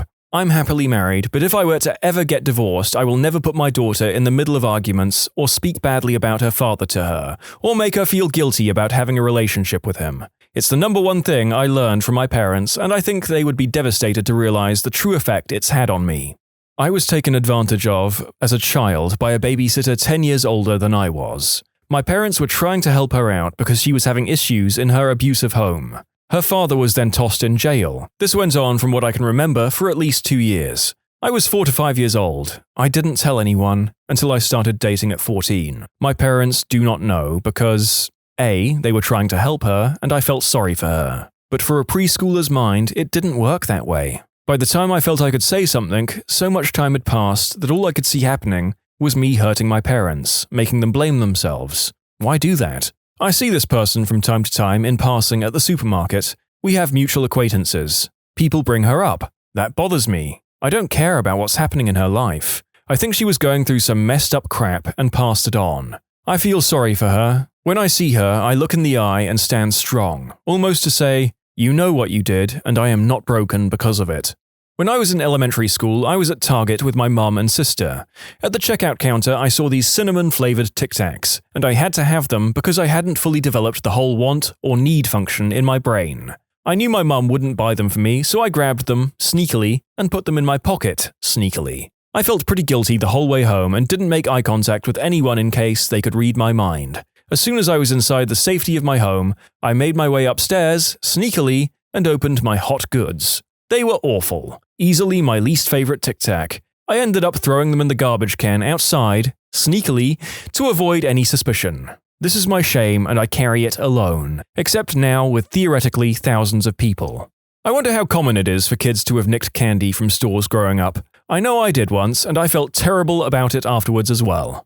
When I was about 10, I discovered the ability to jerk in my gherkin. Oh, those were great times, tugging in the shower. I soon discovered the vast world of the internet and its dark places. One day, I decided to start going at it in my room. Well, it was about time to finish up and had nowhere to shoot. So, I splooged on the floor and rubbed it in. No big deal, right? Our carpet was an off-white, so when I rubbed it in, it would just disappear. I did this for 10 years, people. I had no idea how that stuff smelled. I guess neither did my parents. One day, they started to notice the stench. They chalked it up to my dog always laying in my room, and my friends having really stanky feet. As did I. One day, I got curious after learning splooge glows under a black light. Borrowed my brother's black light, went to my room, closed the door, flipped the switch, and holy crap, the carpet in my room was brighter than the morning sun. I noped the frick out of there with that black light and buried that memory to this day. 4 years later, my girlfriend starts going on about how splooge smells like a dirty wet dog, and feet after it's dry, and it clicks. My room stank of splooge for years. That's a dirty secret I'll take to the grave. I signed a lease for an apartment in Florida before I came back home from my internship down at Disney. I came back home and never went back down.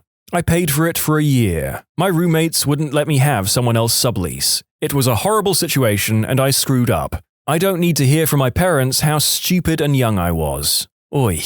When I was about 11 or 12, I was going through my pyromaniac stage. One Saturday, I decided I would grab a steel can and fill it with gasoline and head to the woods. Now, this wasn't just your typical old can of SpaghettiOs, it was a 1-gallon bulk-sized can, filled to the brim. I took it to the woods and decided it would be cool to just light it on fire and see what would happen. I lit it and it caught like I expected and kept burning inside the can. After about 15 minutes, I got bored and went to try and put it out. In the process, I knocked the can over, spreading gasoline all over the forest floor, and it erupted in a ball of flame.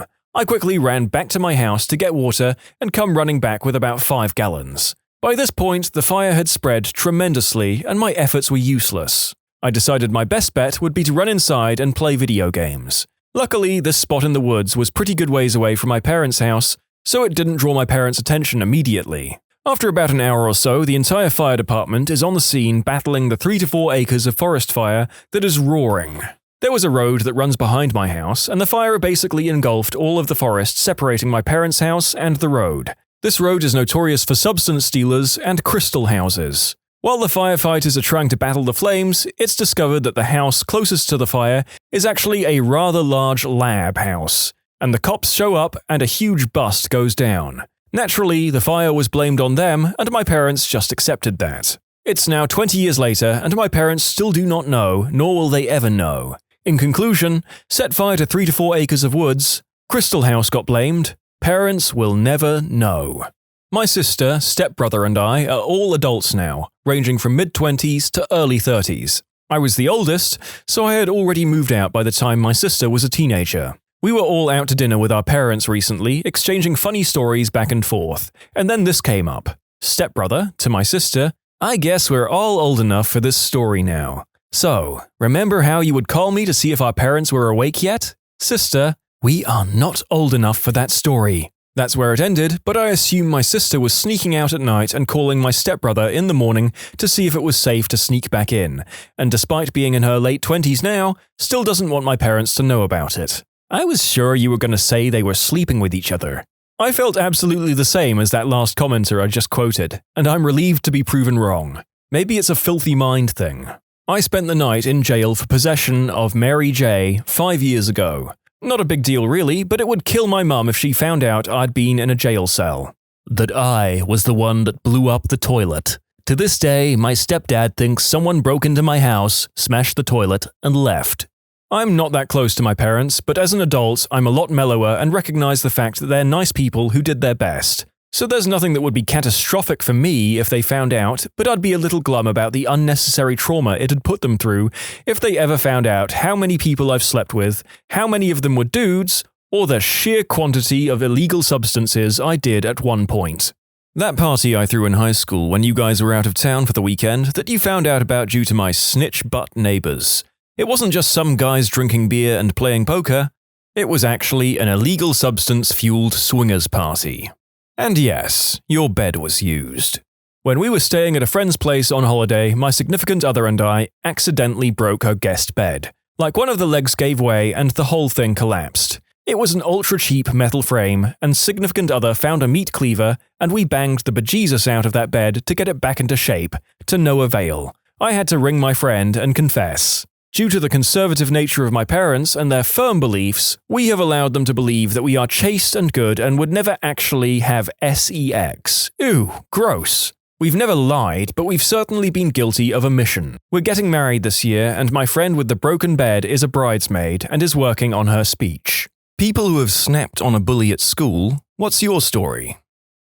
I was 7, and I was a nice kid with average grades and this one bully that was taller than me. He used to be any typical bully, like trip you up on your lunch, push your head for no apparent reason. I was getting annoyed and I felt the red heat go all over my body. I looked at him and told him to stop. I looked at him, he pushes me to the ground. I stop and kicked his shins and punched his nose with all my force. His nose started to bleed and I was sent to the office. My mum had this thing where if they started it, she'll pretend she's mad at me at school and then come home saying, "Congrats."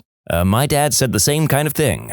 "Don't throw the first punch, but throw the last," was one of his favorite lines.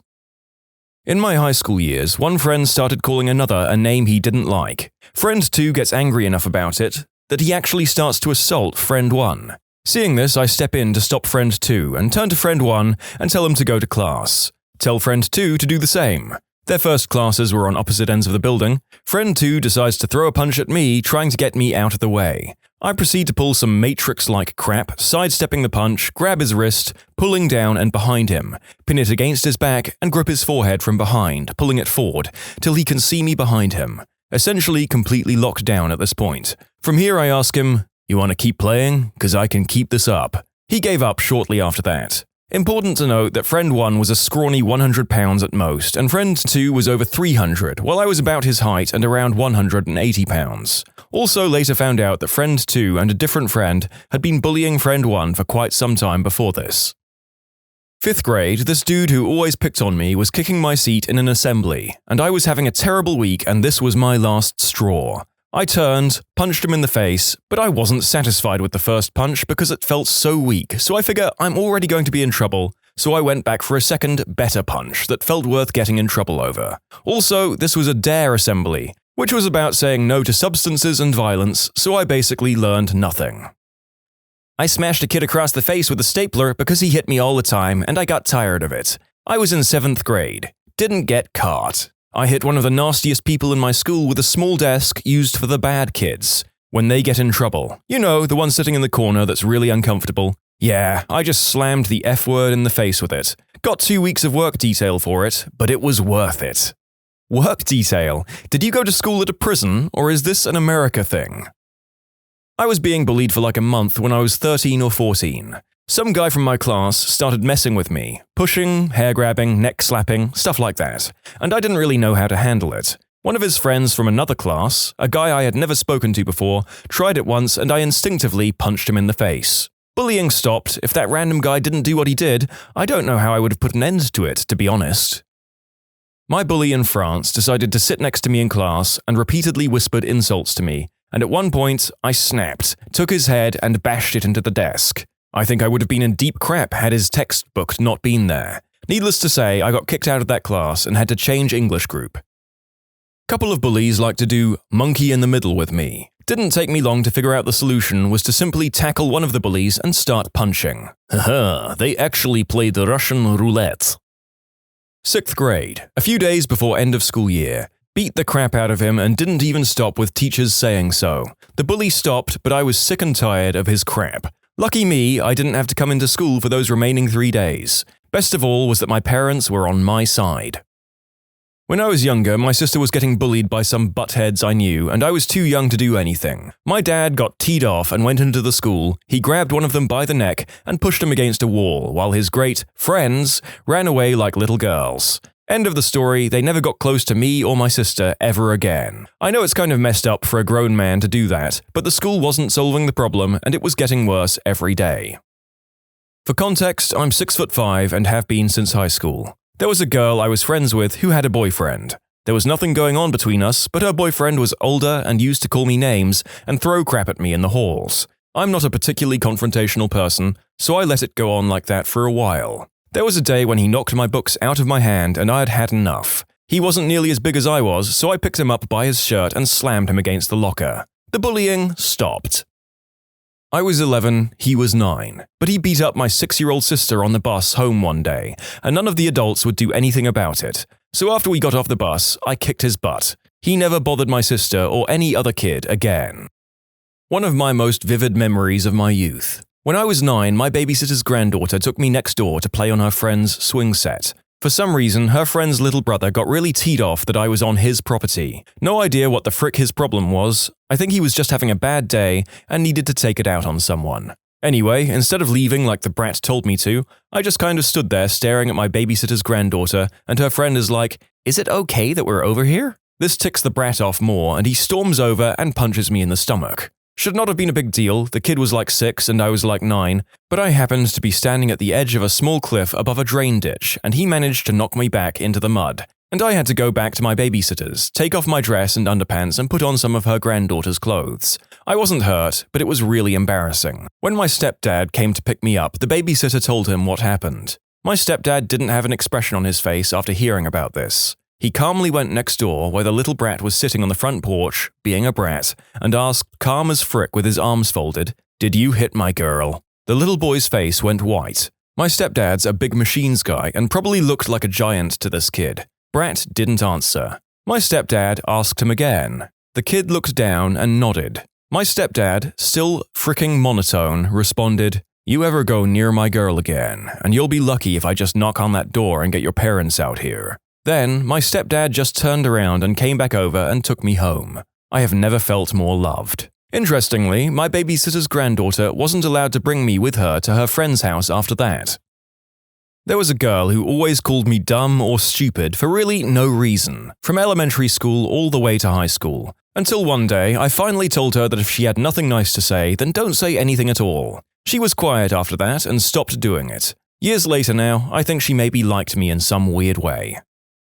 A group of boys thought it was hilarious to keep our football and stop us from getting it back after it rolled towards them on the school field. They kept passing it between themselves and picking it up and trying to keep it away from us. After trying for about a minute to get the ball from them by running after it, one of them picked the ball up and kept moving it away, trying to keep it out of my reach. I took a few steps back, no longer interested in trying to not hurt them, and did a goal kick on the ball. I kicked his hand in the process, and the ball smacked him in the face and gave him a bloody nose. He didn't even try to react, he just turned and walked away with his tail between his legs.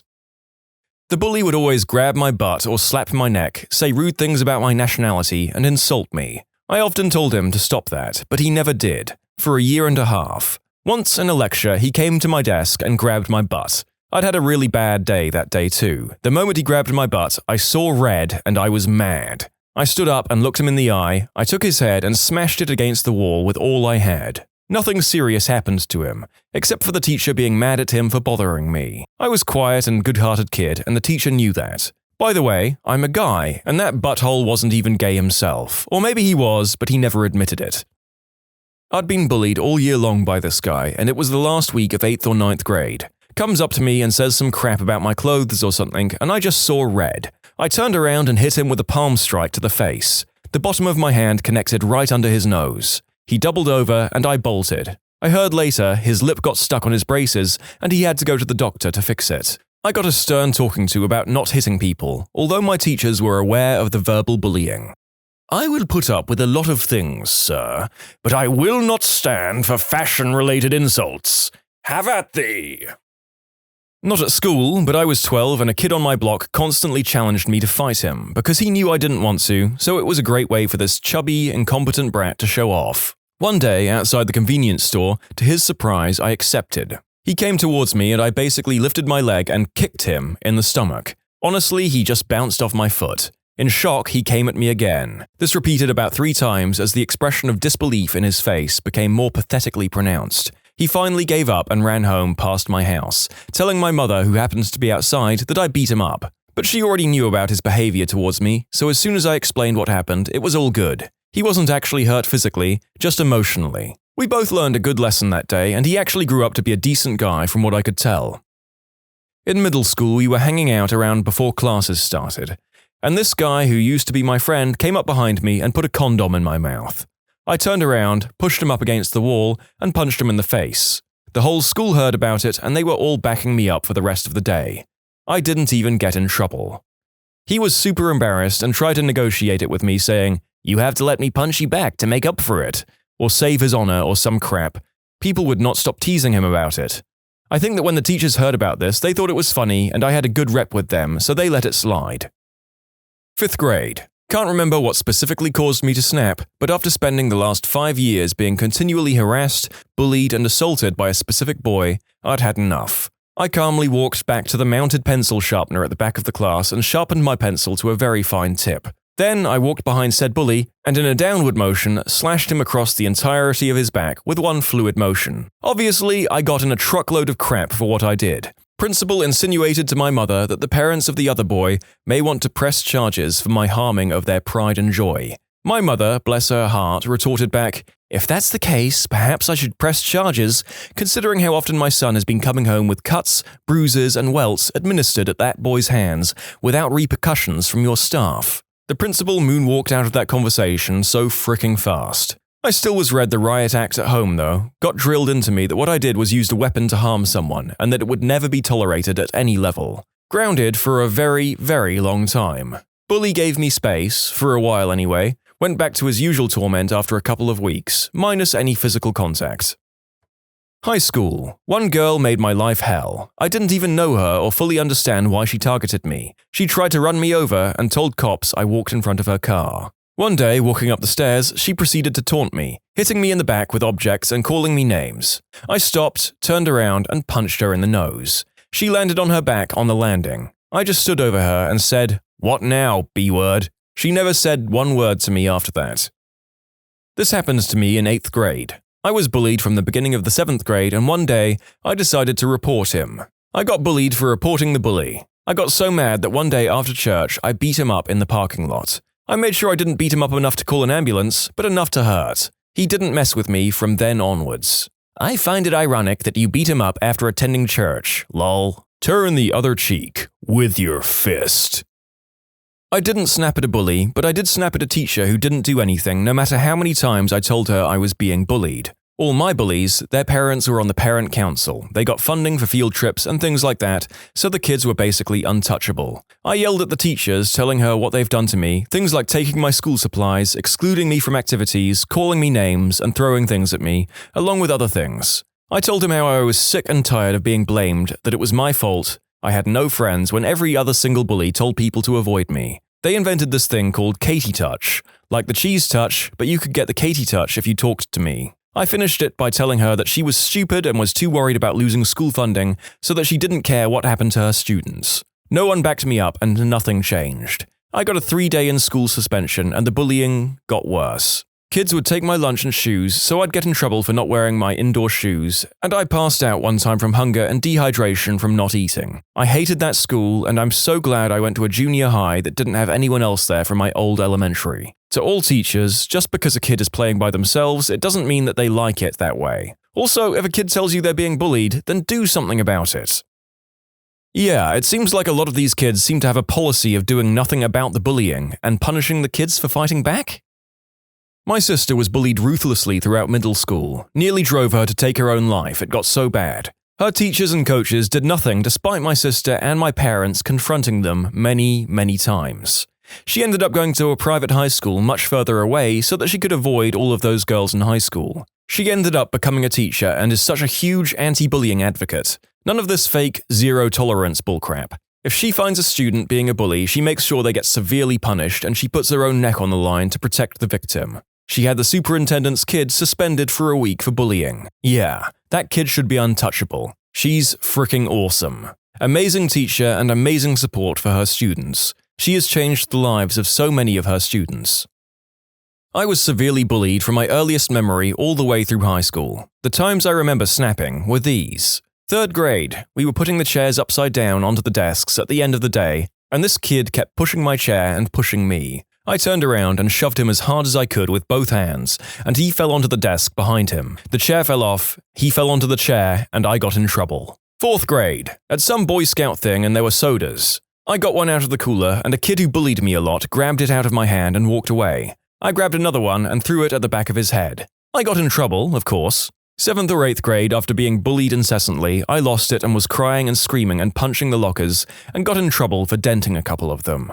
9th or 10th grade, while on the bus, one of the bullies grabbed my comb out of my back pocket. He had messed with me a lot. Rather than punching, for some reason I used my open hand to slap him really hard on top of his head. He was seated and I was standing in the aisle. He complained of his neck hurting from it, and I got in trouble. Between each of these instances, I'd put up with constant bullying every day and do nothing, and no teachers gave a crap. Bullies got away with bullying all the time, but even if I simply said, "Leave me alone," with a loud voice, I was in trouble. It never made sense to me.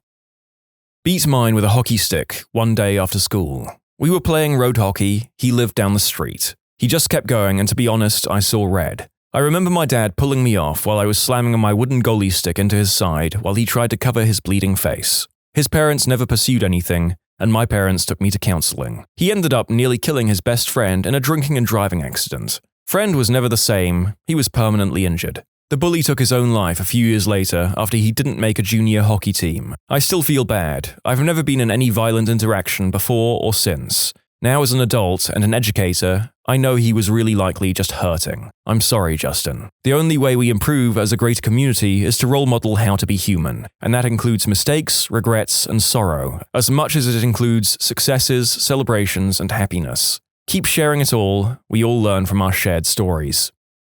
This was in 7th grade, I think. I threw a shoe at him in a changing room. He was just picking on some random kid, and I'd had enough of his crap. I completely missed him and hit the guy that he was picking on right in the face. Everyone froze for a second and then burst into laughter, and the guy who was being picked on started crying, and I felt terrible because I meant to hit the bully. Shoes are hard to throw accurately, I guess. I tried to tell him that it was for the bully, and I guess I calmed him down a bit, also by apologizing profusely. After the incident, the mood in the changing room was lightened and everyone started being a bit more chill with each other, so I guess it was a success. This wasn't me, but a quiet kid at school one of the bullies was picking on. The quiet kid never reacted, even when the bully punched him. This went on for months, and the bully was always trying to get this guy to fight him, and the kid always said, "I don't want to fight you." Then one day, the bully broke this guy's art project on purpose. He was about to hand it in to be marked, and the kid snapped. He belted the absolute crap out of this bully. We actually had to jump in and break it up because he was going to kill the guy and didn't look like stopping. I will never forget the bully turning up at school a few days later, and his face was so swollen and one eye was completely closed, and black and blue from all the punches he took to the face. I learnt 2 things that day. Bullies are cowards, and always be wary of the quiet ones. There are 3 things all wise men fear: the sea and storm, a night with no moon, and the anger of a gentle man. Patrick Rothfuss. In 4th grade, this kid named Nick used to punch me every day at recess. I went home one day crying about it, and my dad told me to punch him back. So the next day, when Nick came around to punch me, I whipped around and just beat the crap out of him. Absolutely wailed on him. One of the teachers noticed and took us to the principal's office, and we got off with warnings. After that, Nick never punched me again, but would make sure I could get to the front of the line for the drinking fountain and picked me first for any sports game he was team captain for. Good story, but what a lousy dad. Report stuff like this to the school and let violence be the last, defensive resort. Year 7, so I was 12. Part of the bullying included this other girl being a butthead about getting into our lockers. She had the one next to me, and they were both on the ground, so we'd have to put our bags on the floor when we wanted to get into them. If she got there first, then I had to wait for her to finish before I could get to mine. But if I was there first, then she'd shove my bag out of the way and wouldn't be patient at all.